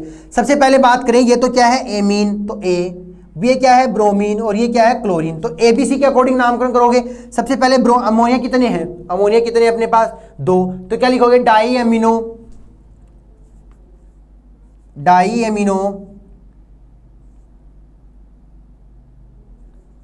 Die amino, di bromo, di amino, di bromo. फिर ये लिख दोगे क्लोरो। फिर क्या है निकिल, और निकिल को क्या लिखोगे, निकलेट, या निकिल को निकिल लिखे, निकिल, और इसकी ऑक्सीडेशन स्टेट कितनी होगी 2। डाई एमीन, ये अपने पास निकिल जो है वो इसमें ये लिख दें कि अगर अपने पास Br2 की मैं Br लेता हूं तो यहां से डाई हट जाएगा, और अगर Br की जगह Br2 लगा दूंगा तो डाई लगा देंगे। तो di amino bromo chloro nickel second. ये अपने पास क्या हो जाएगा, इसका नामकरण हो जाएगा। तो पहला एग्जांपल हमने क्या लिया, hexaammino chromium third, hexacyano cobalt third.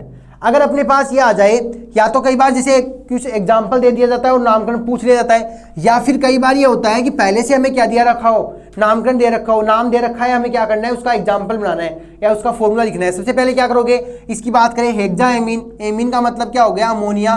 कितने हैं, 3 है, सॉरी 6 है, हेक्सा लिखा है। ये कह रहा है 6 अमोनिया के साथ क्या जुड़ा है, क्रोमियम, तो मैंने लिख दिया क्रोमियम। इसी के साथ क्या है, एक और है, वो भी क्या कर रहा है, हेक्सासाइनो, कहने का मतलब Cn का क्या है, 6 है, और क्या है, कोबाल्टेट, और क्या लिख दोगे, कोबाल्ट। ये लो अपना आपने एग्जाम्पल लिखा।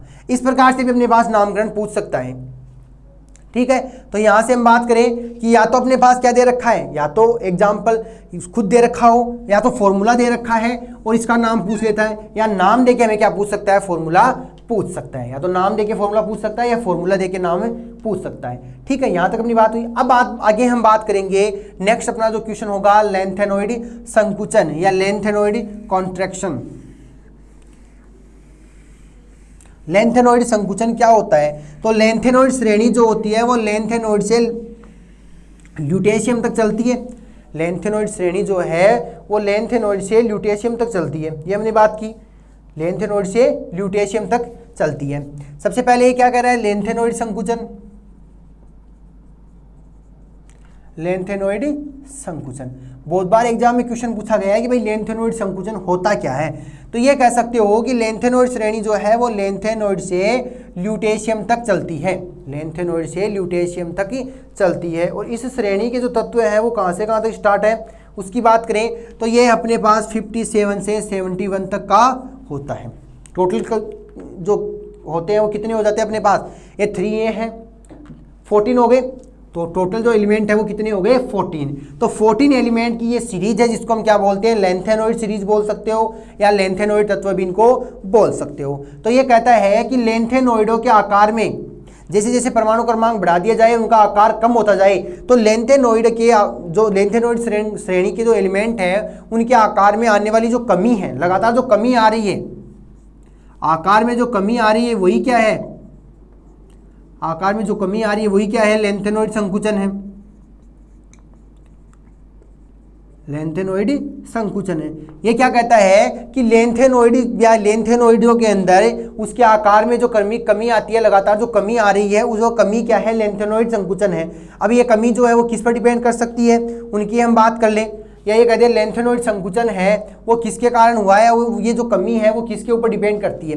तो सबसे पहले हम बात करें लेंथेनोइड को, हमने क्या लिखा, लेंथेनोइडों के आकार में कमी आई, किसके कारण आई, जब हम इस लेंथेनोइड से ल्यूटेंस या लेंथेनोइड से जो लेंथेनम है 57 से 71 या लेंथेनोइड की जो श्रेणी है उसके अंदर जाते हैं, तो 57 से आगे बढ़ेंगे तो आकार में क्या आएगी, मतलब इसका परमाणु क्रमांक जो है वो बढ़ता जाएगा, परमाणु क्रमांक है वो क्या हो रहा है, बढ़ेगा भाई। 57 से क्या आया, 58 आया, 59, 60, फिर 61, 62, 63, इस प्रकार से आगे की ओर बढ़ते जाएंगे। तो हमारे जैसे जैसे आगे बढ़ेंगे परमाणु क्रमांक का मान बढ़ेगा, परमाणु क्रमांक बढ़ेगा लेकिन उनके आकार में क्या आएगी, कमी आएगी। जैसे जैसे आगे बढ़ते जाएंगे उनके आकार में कमी आती जाएगी।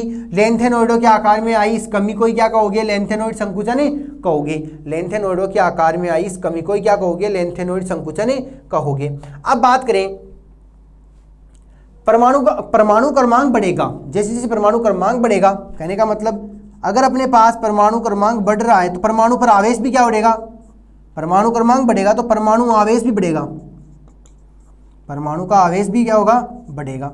अब ये कह दे परमाणु क्रमांक बढ़ रहा है, परमाणु की जो संख्या बढ़ रही है तो उसके ऊपर चार्ज भी बढ़ रहा है और आवेश बढ़ेगा, तो हम ये कह सकते हैं नाभिकीय आवेश, यह कहते हैं नाभिक के आवेश बढ़ने पर या नाभिक के आवेश बढ़ेंगे तो उनके ऊपर नाभिक पे लगने वाला जो आकर्षण बल है वो भी क्या हो जाएगा, बढ़ जाएगा।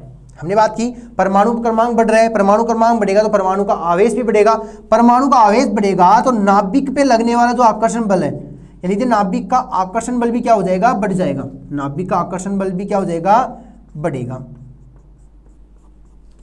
यहां से अपनी बात हो गई, परमाणु क्रमांक बढ़ा, परमाणु का आवेश बढ़ा, परमाणु का आवेश बढ़ेगा तो उसके मध्य नाभिकों के मध्य लगने वाला आकर्षण बल है उसका मान भी बढ़ जाएगा। अब ये कह दे परमाणु क्रमांक बढ़ेगा, परमाणु आवेश बढ़ेगा, नाभिक का आकर्षण बढ़ेगा। आकर्षण की बात की जाए तो उनके मध्य क्या हो रहा है, अट्रैक्शन पावर बढ़ रही है। जैसे जैसे आकर्षण बढ़ता जाएगा आकार में क्या आएगी, कमी आएगी, आकार में कमी आएगी। और हमने अभी यही कहा है कि लेंथेनोइडों के आकार में आई इस कमी को ही क्या कहोगे, लेंथेनोइड संकुचन कहोगे। तो लेंथेनोइड संकुचन क्यों हुआ या लेंथेनोइडों के आकार में कमी क्यों आई, क्योंकि उनका परमाणु क्रमांक बढ़ा। परमाणु क्रमांक बढ़ा तो उनमें परमाणु का आवेश बढ़ गया, परमाणु का आवेश बढ़ा तो उनके मध्य जो नाभिक थे, नाभिकों के मध्य आकर्षण बल क्या हो गया, बढ़ गया। नाभिकों का आकर्षण बल बढ़ा तो उसके आकार में क्या आ गई, लगातार कमी आ गई। और आकार में लगातार कमी आने पर या जो कमी आई है उसी को हम क्या कहते हैं, लेंथेनोइड संकुचन कहते हैं, क्योंकि ये किस श्रेणी का है, लेंथेनोइड श्रेणी का है। तो लेंथेनोइडों की आकार में जो संकुचन हुआ या कमी आई वो क्या हो गई, लेंथेनोइड संकुचन कहलाया। तो इसका फर्स्ट पॉइंट हमने देख लिया, क्या देखा हमने, नाभिकीय आवेश। दूसरा अपने पास ये कह सकते हैं जो परिरक्षण प्रभाव होता है वो भी इसके ऊपर क्या पड़ता है, डिपेंड कर पड़ता है। परिरक्षण प्रभाव क्या होता है कि किसी भी परमाणु का परिरक्षण प्रभाव की बात कीजिए तो किसी आयन या परमाणु के जो परिधि के भीतर जो इलेक्ट्रॉन होते हैं वो और संयोजकता कोष के जो इलेक्ट्रॉन होते हैं उनके मध्य क्या पाया जाता है, प्रतिकर्षण पाया जाता है। किस किस के मध्य, एक तो संयोजकता कोष के इलेक्ट्रॉन के मध्य, संयोजकता कोष के इलेक्ट्रॉन, एक तो संयोजकता कोष के इलेक्ट्रॉन और एक परिधि के मध्य इलेक्ट्रॉन। एक परिधि के भीतर जो इलेक्ट्रॉन होते हैं इन दोनों के मध्य क्या पाया जाता है, प्रतिकर्षण पाया जाता है, प्रतिकर्षण पाया जाता है। और इस रिपल्सन को या प्रतिकर्षण को ही हम क्या कहते हैं, परिरक्षण प्रभाव कहते हैं। इस रिपल्सन को या जो प्रतिकर्षण हुआ है उसी को क्या कहते हो, परिरक्षण प्रभाव कहते हो। तो अपने पास हम पढ़ क्या रहे हैं, लेंथेनोइड संकुचन पढ़ रहे हैं। लेंथेनोइड संकुचन में हम ये कह सकते हैं कि क्या होता है, लेंथेनोइड संकुचन क्या होता है, लेंथेनोइडों के आकार में आई कमी ही क्या है, लेंथेनोइड संकुचन है। और ये आकार में कमी किस किस के कारण आती है, क्योंकि हम ये जानते हैं परमाणु जैसे जैसे लेंथेनोइड के आगे की ओर बढ़ेंगे, भाई 57 से 71 की ओर जाएंगे, लेंथेनोइडों के क्रमांक बढ़ेंगे, परमाणु क्रमांक बढ़ा, परमाणु क्रमांक बढ़ेगा तो परमाणु पर क्या होगा, आवेश बढ़ेगा, परमाणु पर आवेश बढ़ेगा तो परमाणु के नाभिक का जो आकर्षण बल है वो भी क्या हो जाएगा, बढ़ जाएगा। जब नाभिकों के मध्य अट्रैक्शन हुआ, अट्रैक्शन ज्यादा हो गया तो उनके आकार में क्या आ गई, कमी, आकार में क्या आई, कमी। जैसे जैसे इनके आकार में कमी आती जाएगी इन लेंथेनोइडों के में क्या होता जाएगा, संकुचन होता जाएगा। लेंथेनोइडों का जो आकार है वो कम होता जाएगा और ये क्या हो जाएंगे, संकुचित हो जाएंगे, ये क्या हो जाएंगे, संकुचित हो जाएंगे। नेक्स्ट हम बात करें, इनके आकार में कमी आई, संकुचन अपने पास आ गया। अगर क्वेश्चन ये आता है लेंथेनोइड संकुचन क्या है तो हम इस प्रकार से इसको लिख सकते हैं, थ्योरेटिकल पोर्शन इसको इजीली बना सकते हैं। किस प्रकार से कहोगे कि भाई लेंथेनोइड संकुचन है, सबसे पहले तो ये लिख सकते हो लेंथेनोइड जो है वो 57 से 71 तक की श्रेणी है। लेंथेनोइड से ल्यूटेशियम तक की श्रेणी को हम मानते हैं, इसमें 14 तत्व होते हैं, 14 तत्व होते हैं। फिर हम ये कह सकते हैं कि जो लेंथेनोइड है उसकी उनके आकार में लगातार कमी आती है, लेंथेनोइडों के आकार में लगातार कमी आती है और इस कमी को ही हम क्या कहते हैं, लेंथेनोइड संकुचन कहते हैं। फिर हम ये कारण देंगे कि भाई लेंथेनोइडों में कमी आई क्यों, लेंथेनोइडों के अंदर आई क्यों, कमी क्यों आई, क्योंकि ये तो पूछता है कि लेंथेनोइड संकुचन क्या है और लेंथेनोइड संकुचन के कारण लिखो। तो कारण क्या है, परमाणु क्रमांक जैसे जैसे बढ़ता जाता है परमाणु का आवेश भी क्या हो जाएगा, बढ़ जाएगा। परमाणु आवेश बढ़ेगा तो परमाणुओं के मध्य जो नाभिक है या परमाणु जो नाभिकों का आकर्षण बल है वो क्या होगा, बढ़ेगा। आकर्षण बल बढ़ने के कारण इनके आकार में क्या हो जाएगा, या लेंथेनोइडों का जो आकार उनमें क्या हो जाएगा, संकुचन पैदा हो जाएगा, जिससे उसके आकार में कमी आएगी। और लगातार आगे बढ़ते जाएंगे तो ये कमी बढ़ती जाएगी और कमी बढ़ती जाएगी तो उनके लेंथेनोइडों में क्या हो जाएगा, संकुचन बढ़ जाएगा। तो यहाँ तक अपनी बात हुई, ये हो गया लेंथेनोइड संकुचन। अब बात करते हैं अति भारी तत्व क्या होता है और ट्रांस यूरेनिक तत्व जो होते हैं वो क्या होते हैं। कहने का मतलब है अति भारी तत्व क्या है। अति भारी तत्व की बात करें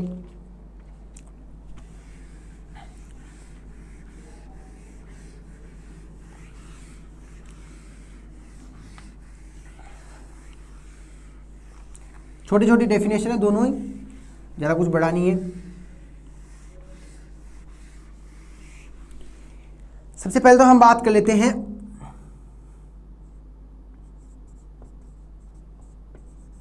ट्रांस यूरेनिक तत्व।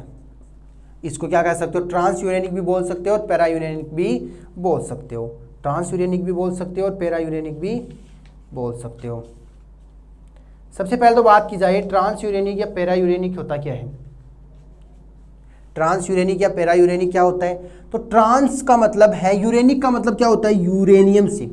यूरेनियम कितने नंबर पे आता है? 92 पे।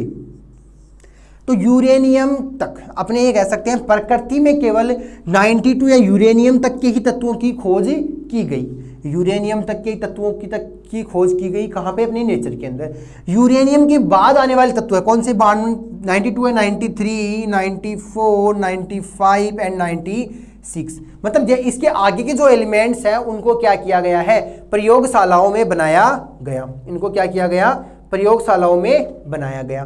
तो मैं कह सकता हूं यूरेनियम के बाद में आने वाले जो समस्त एक्टिनॉइड्स होते हैं, यूरेनियम के बाद में आने वाले समस्त एक्टिनॉइड, या ये कह दें यूरेनियम के बाद आने वाले जो तत्व होते हैं वो क्या है? प्रकृति में नहीं है। तो हमने यही कहा है भाई यूरेनियम 92 पे है, यूरेनियम के बाद आने वाले जो तत्व हैं वो क्या है? प्रकृति में नहीं पाए जाते, उनको रासायनिक विखंडन के द्वारा क्या किया जाता है? बनाया जाता है। अब ये कह दें प्रकृति में नहीं पाया जाता तो इसका जो परमाणु क्रमांक है उसको क्या किया जाएगा? यूरेनियम के बाद आएगा तो इसका परमाणु क्रमांक भी क्या होगा? बढ़ जाएगा। भाई इसके मान लो एक आगे है तो ये 93, फिर 94, 95 के ऊपर आते जाएंगे। तो हम ये कह सकते हैं यूरेनियम के बाद आने वाले समस्त तत्वों को किसने बनाया है? साइंटिस्ट ने बताया। तो ये कह सकते हो यूरेनियम तक के तत्व तो क्या है? प्रकृति में पाए जाते हैं। यूरेनियम के आगे के तत्वों अपनी प्रकृति में नहीं पाए जाते, इसलिए उन्हें वैज्ञानिकों ने रासायनिक विखंडन के द्वारा, या ये कह दें विखंडन के द्वारा बनाया है।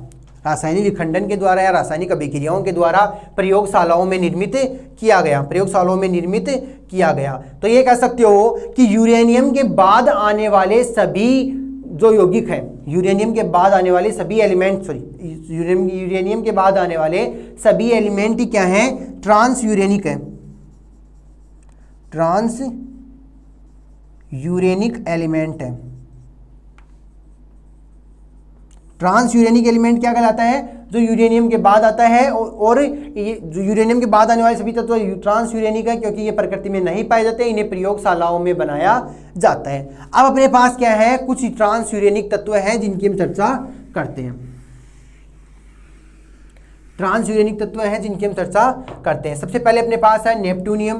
पहला जो है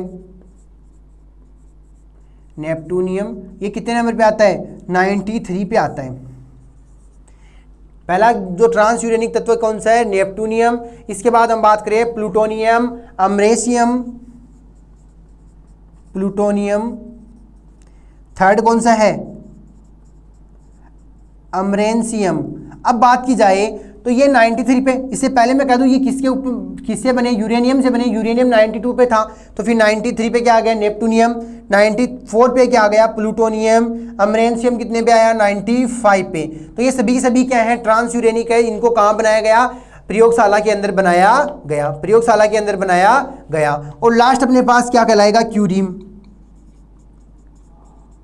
ये कितने पे आएगा? 96 पे। 96। अब अगर ये पूछ लिया जाए कि इनका इलेक्ट्रॉनिक विन्यास क्या होता है, इसका इलेक्ट्रॉनिक विन्यास क्या होता है, तो सबसे पहले हम बात करते हैं तो Rn 86 तक तो इसको ऐसे ले लेते हैं।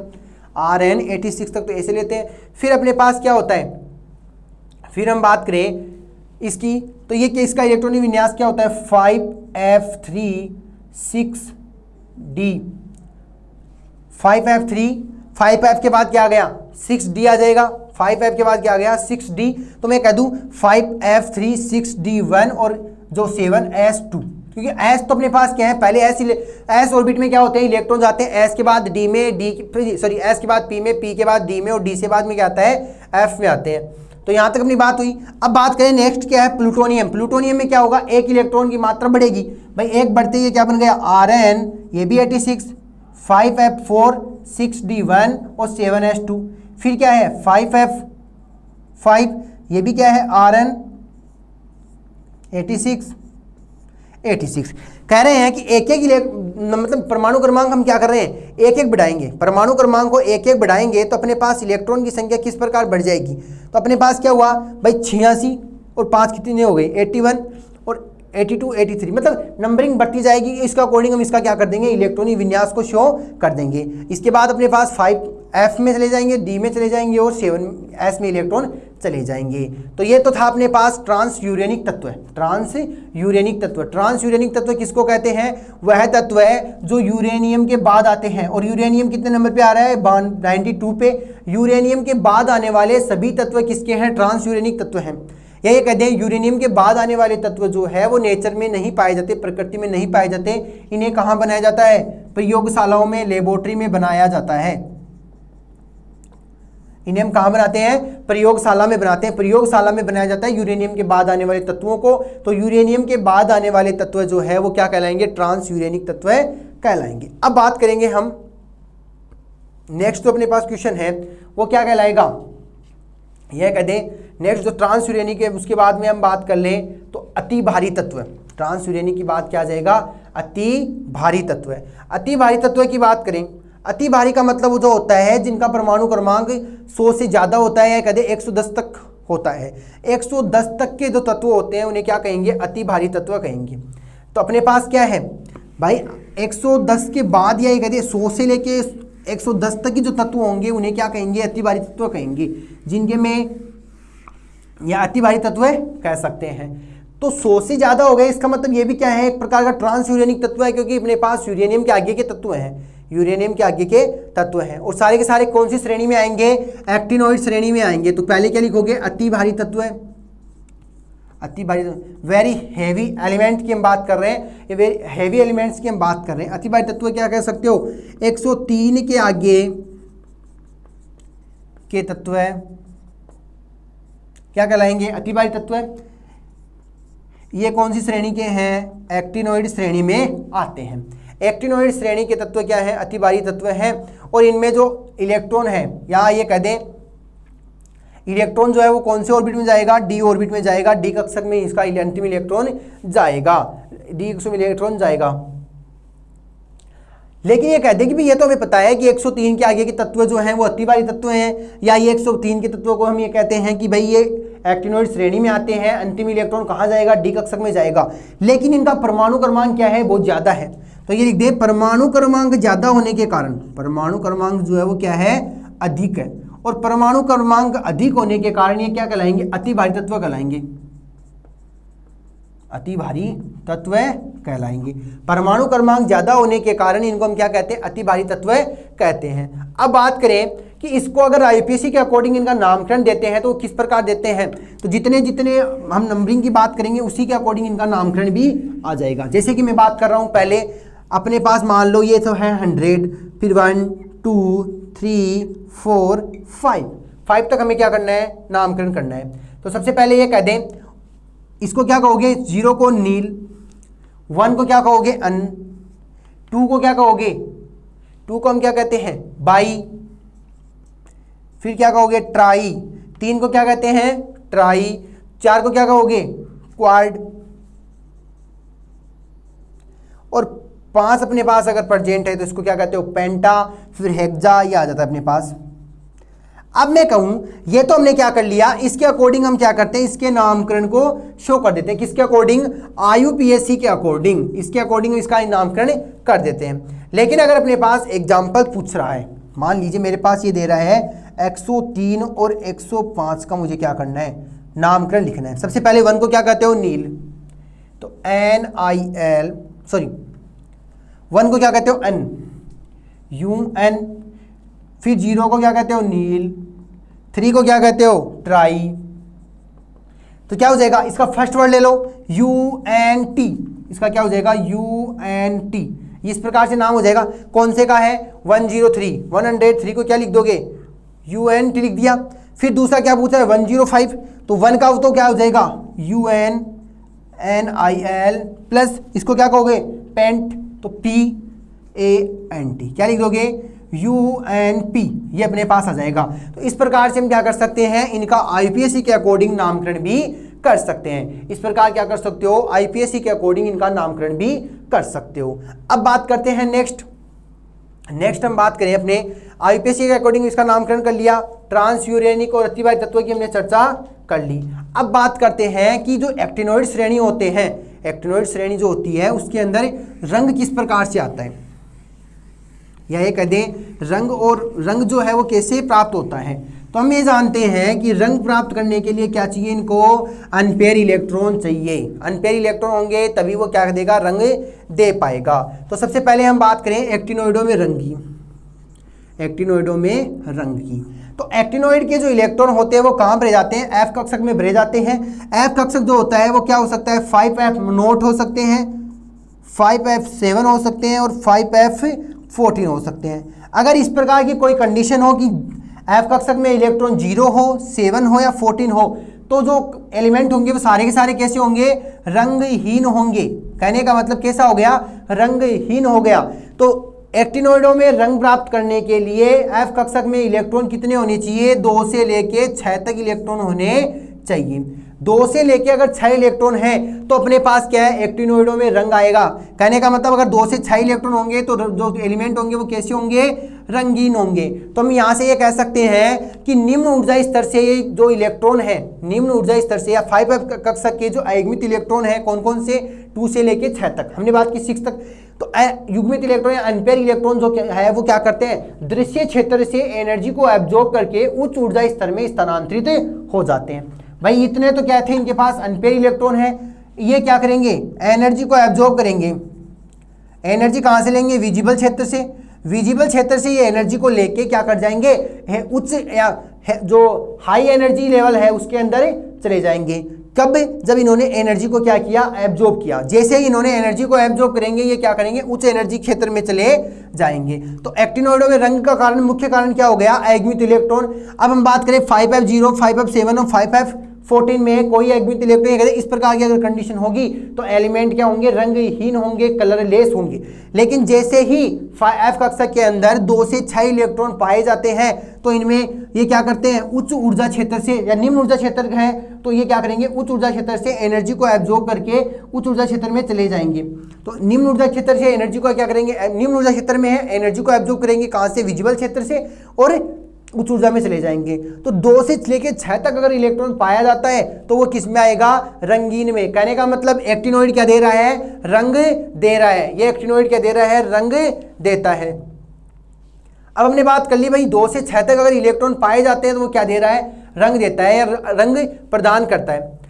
ठीक है, अब बात करते हैं, यहां तक अपनी बात हो गई रंग की, भाई कलर देगा या नहीं देगा उसकी हमने बात कर ली। अब बात करते हैं वर्नर सिद्धांत। लास्ट अपने पास एक क्वेश्चन रह जाता है, वर्नर सिद्धांत। कोऑर्डिनेशन कंपाउंड्स के अंदर है ये भी। वर्नर सिद्धांत क्या है, वर्नर सिद्धांत की बात की जाए तो वर्नर ने क्या कहा, सबसे पहले हम बात करेंगे वर्नर सिद्धांत। वर्नर सिद्धांत ने कहा कि उपसहसंयोजक यौगिकों में 2 प्रकार की संयोजकताएं पाई जाती है, जिनमें फर्स्ट को वो बोलता है प्राथमिक संयोजकता, प्राथमिक संयोजकता, और सेकंड को क्या कहोगे, द्वितीयक संयोजकता। प्राथमिक संयोजकता और द्वितीयक संयोजकता। प्राथमिक को क्या कहोगे, प्राइमरी वैलेंसी, और द्वितीय को क्या कहोगे, सेकेंडरी वैलेंसी। प्राइमरी वैलेंसी को हमेशा डॉट डॉट से शो किया जाता है और सेकेंडरी वैलेंसी को एक स्ट्रेट लाइन से हम शो करते हैं। ठीक है, हमने बात की वर्नर सिद्धांत के अनुसार जो वैलेंसी होती है, या वर्नर सिद्धांत के अनुसार हमने ये कह दिया कि 2 प्रकार की क्या पाई जाती है, अपने पास वैलेंसी पाई जाती है। या उपसहसंयोजक यौगिकों में 2 प्रकार की वैलेंसी पाई जाती है, एक होती है प्राइमरी वैलेंसी और एक होती है सेकेंडरी वैलेंसी। प्राइमरी वैलेंसी को हमेशा डैश डैश से शो किया जाता है और सेकेंडरी वैलेंसी को हमेशा, यह कहते हैं सेकेंडरी वैलेंसी को हमेशा किससे शो करते हैं, इसे स्ट्रेट लाइन से शो करते हैं, इस स्ट्रेट लाइन से हम शो करते हैं। अब बात की जाए यदि स्ट्रेट लाइन से हमने शो किया है और प्राइमरी वैलेंसी को, तो प्राथमिक संयोजकता, जैसे कि मान लीजिए मेरे पास कोई कंपाउंड इस प्रकार से जुड़ा है,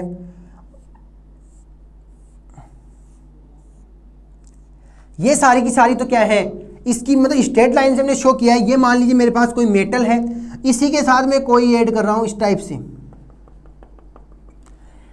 तो यहां से देख के इजीली हम बता सकते हैं कि प्राइमरी वैलेंसी कितनी होगी और सेकेंडरी वैलेंसी कितनी होगी।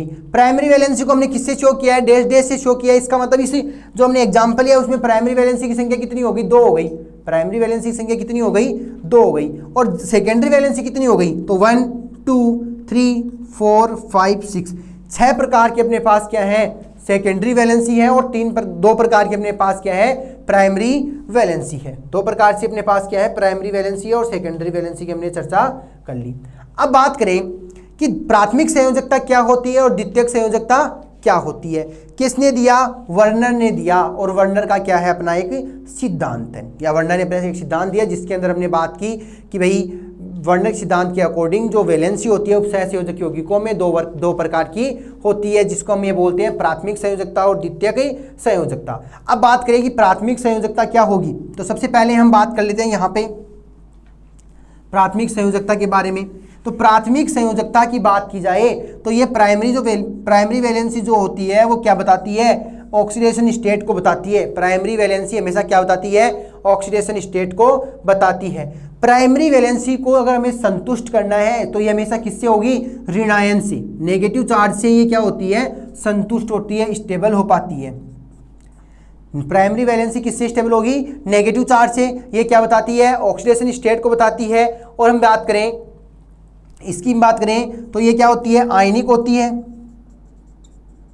आयनिक होती है कहने का मतलब इनमें आयंस पाए जाते हैं। लेकिन हम दिशा की बात करें तो ये कैसी होती है?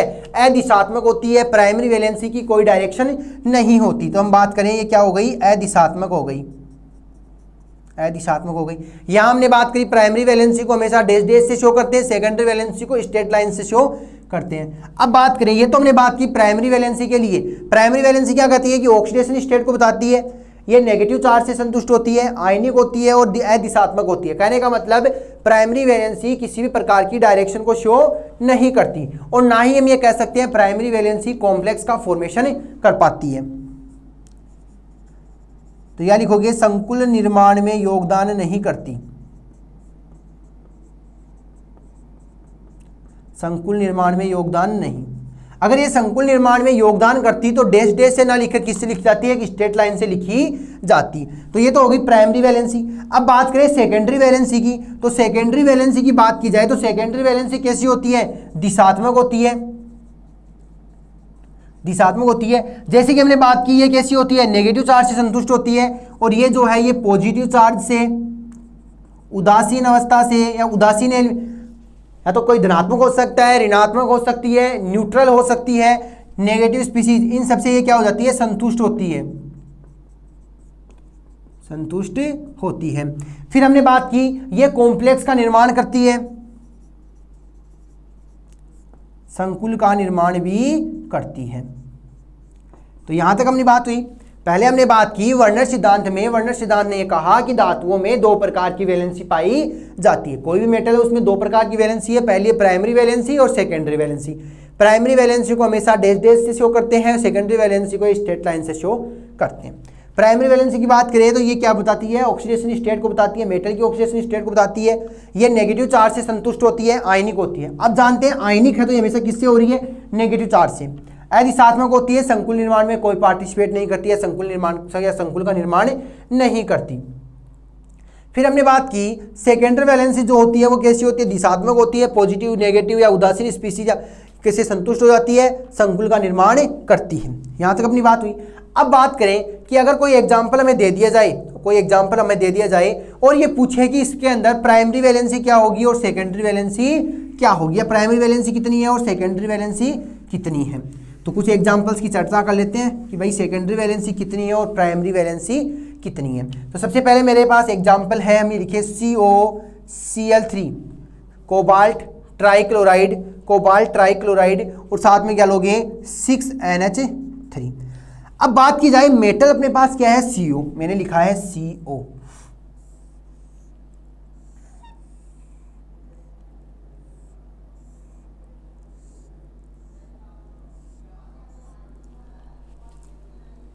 NH3 कितने हैं? 6, सभी में लिख दो। ये भी NH3, NH3, NH3, NH3, ये भी NH3 और ये भी NH3, सभी के सभी क्या है? NH3। तो ये तो हो गए NH3 किससे शो किया हमने? सेकेंडरी वैलेंसी से। लेकिन इस मेटल के साथ क्या जुड़ा है? 3 अपने पास Cl3 भी जुड़े हैं। इन्हें Cl3 को किससे ऐड करें? इन्हें Cl3 को किससे ऐड करेंगे उसकी हम चर्चा करें। तो मैं कह दूं Cl3 को मैंने इधर से ऐड करवा दिया, एक तो इधर से, दूसरा इधर से और तीसरा इधर से। कहने का मतलब हमने बात की थी कि जो से प्राइमरी वैलेंसी है वो कैसी है, अदिशात्मक है, उसकी कोई दिशा नहीं होती, वो कहीं से भी ऐड हो जाती है। तो हमने ऐड कहाँ से करवाया, इधर से। तो क्या जुड़ेगा, यहाँ पे क्लोरीन, यहाँ भी क्लोरीन और यहाँ भी क्लोरीन। अब बात करेंगे सेकेंडरी वैलेंसी और प्राइमरी वैलेंसी की। तो प्राइमरी वैलेंसी और सेकेंडरी वैलेंसी कितनी हो गई, प्राइमरी वैलेंसी की बात करें तो कितनी है, 1 2 और 3, प्राइमरी वैलेंसी 3। सेकेंडरी वैलेंसी की बात करें तो 1 2 3 और 1 2 3 और 3 कितने हो गए, 6। तो सेकेंडरी वैलेंसी कितनी आई, 6। ये हमने क्या किया, इनको शो कर दिया। तो जितने अपने पास एलिमेंट दे रखे, जितना अपने पास मेटल से जुड़ने वाले लिगेंड है, उनकी संख्या के आधार पर हम क्या कर सकते हैं, इसको प्राइमरी वैलेंसी और सेकेंडरी वैलेंसी के रूप में शो कर सकते हैं। प्राइमरी वैलेंसी कोई दिशा नहीं होती, वो कहीं से भी ऐड हो सकती है, या इधर से करवा दो, इधर से करवा दो, या इनके मध्य से करवा दो। तो ये हो गए अपने पास वर्नर सिद्धांत। वर्नर सिद्धांत ने क्या कहा कि किसी भी मेटल के अंदर दो प्रकार की संयोजकताएं पाई जाती है, दो प्रकार की वैलेंसी पाई जाती है, जिनमें पहली है प्राइमरी वैलेंसी और सेकेंडरी वैलेंसी। ठीक है, प्राइमरी और वैलेंसी और सेकेंडरी वैलेंसी की हमने बात कर ली, एग्जाम्पल लेके देखा कि किस प्रकार से हम इनको प्राइमरी वैलेंसी और सेकेंडरी वैलेंसी के अकॉर्डिंग शो कर सकते हैं। तो ये कुछ इंपॉर्टेंट क्वेश्चन थे जिनके बारे में हमने चर्चा की। इनको हम ये मान सकते हैं कि एग्जाम के लिए ये इंपॉर्टेंट है, आने की पूरी चांसेज हैं। Thank you.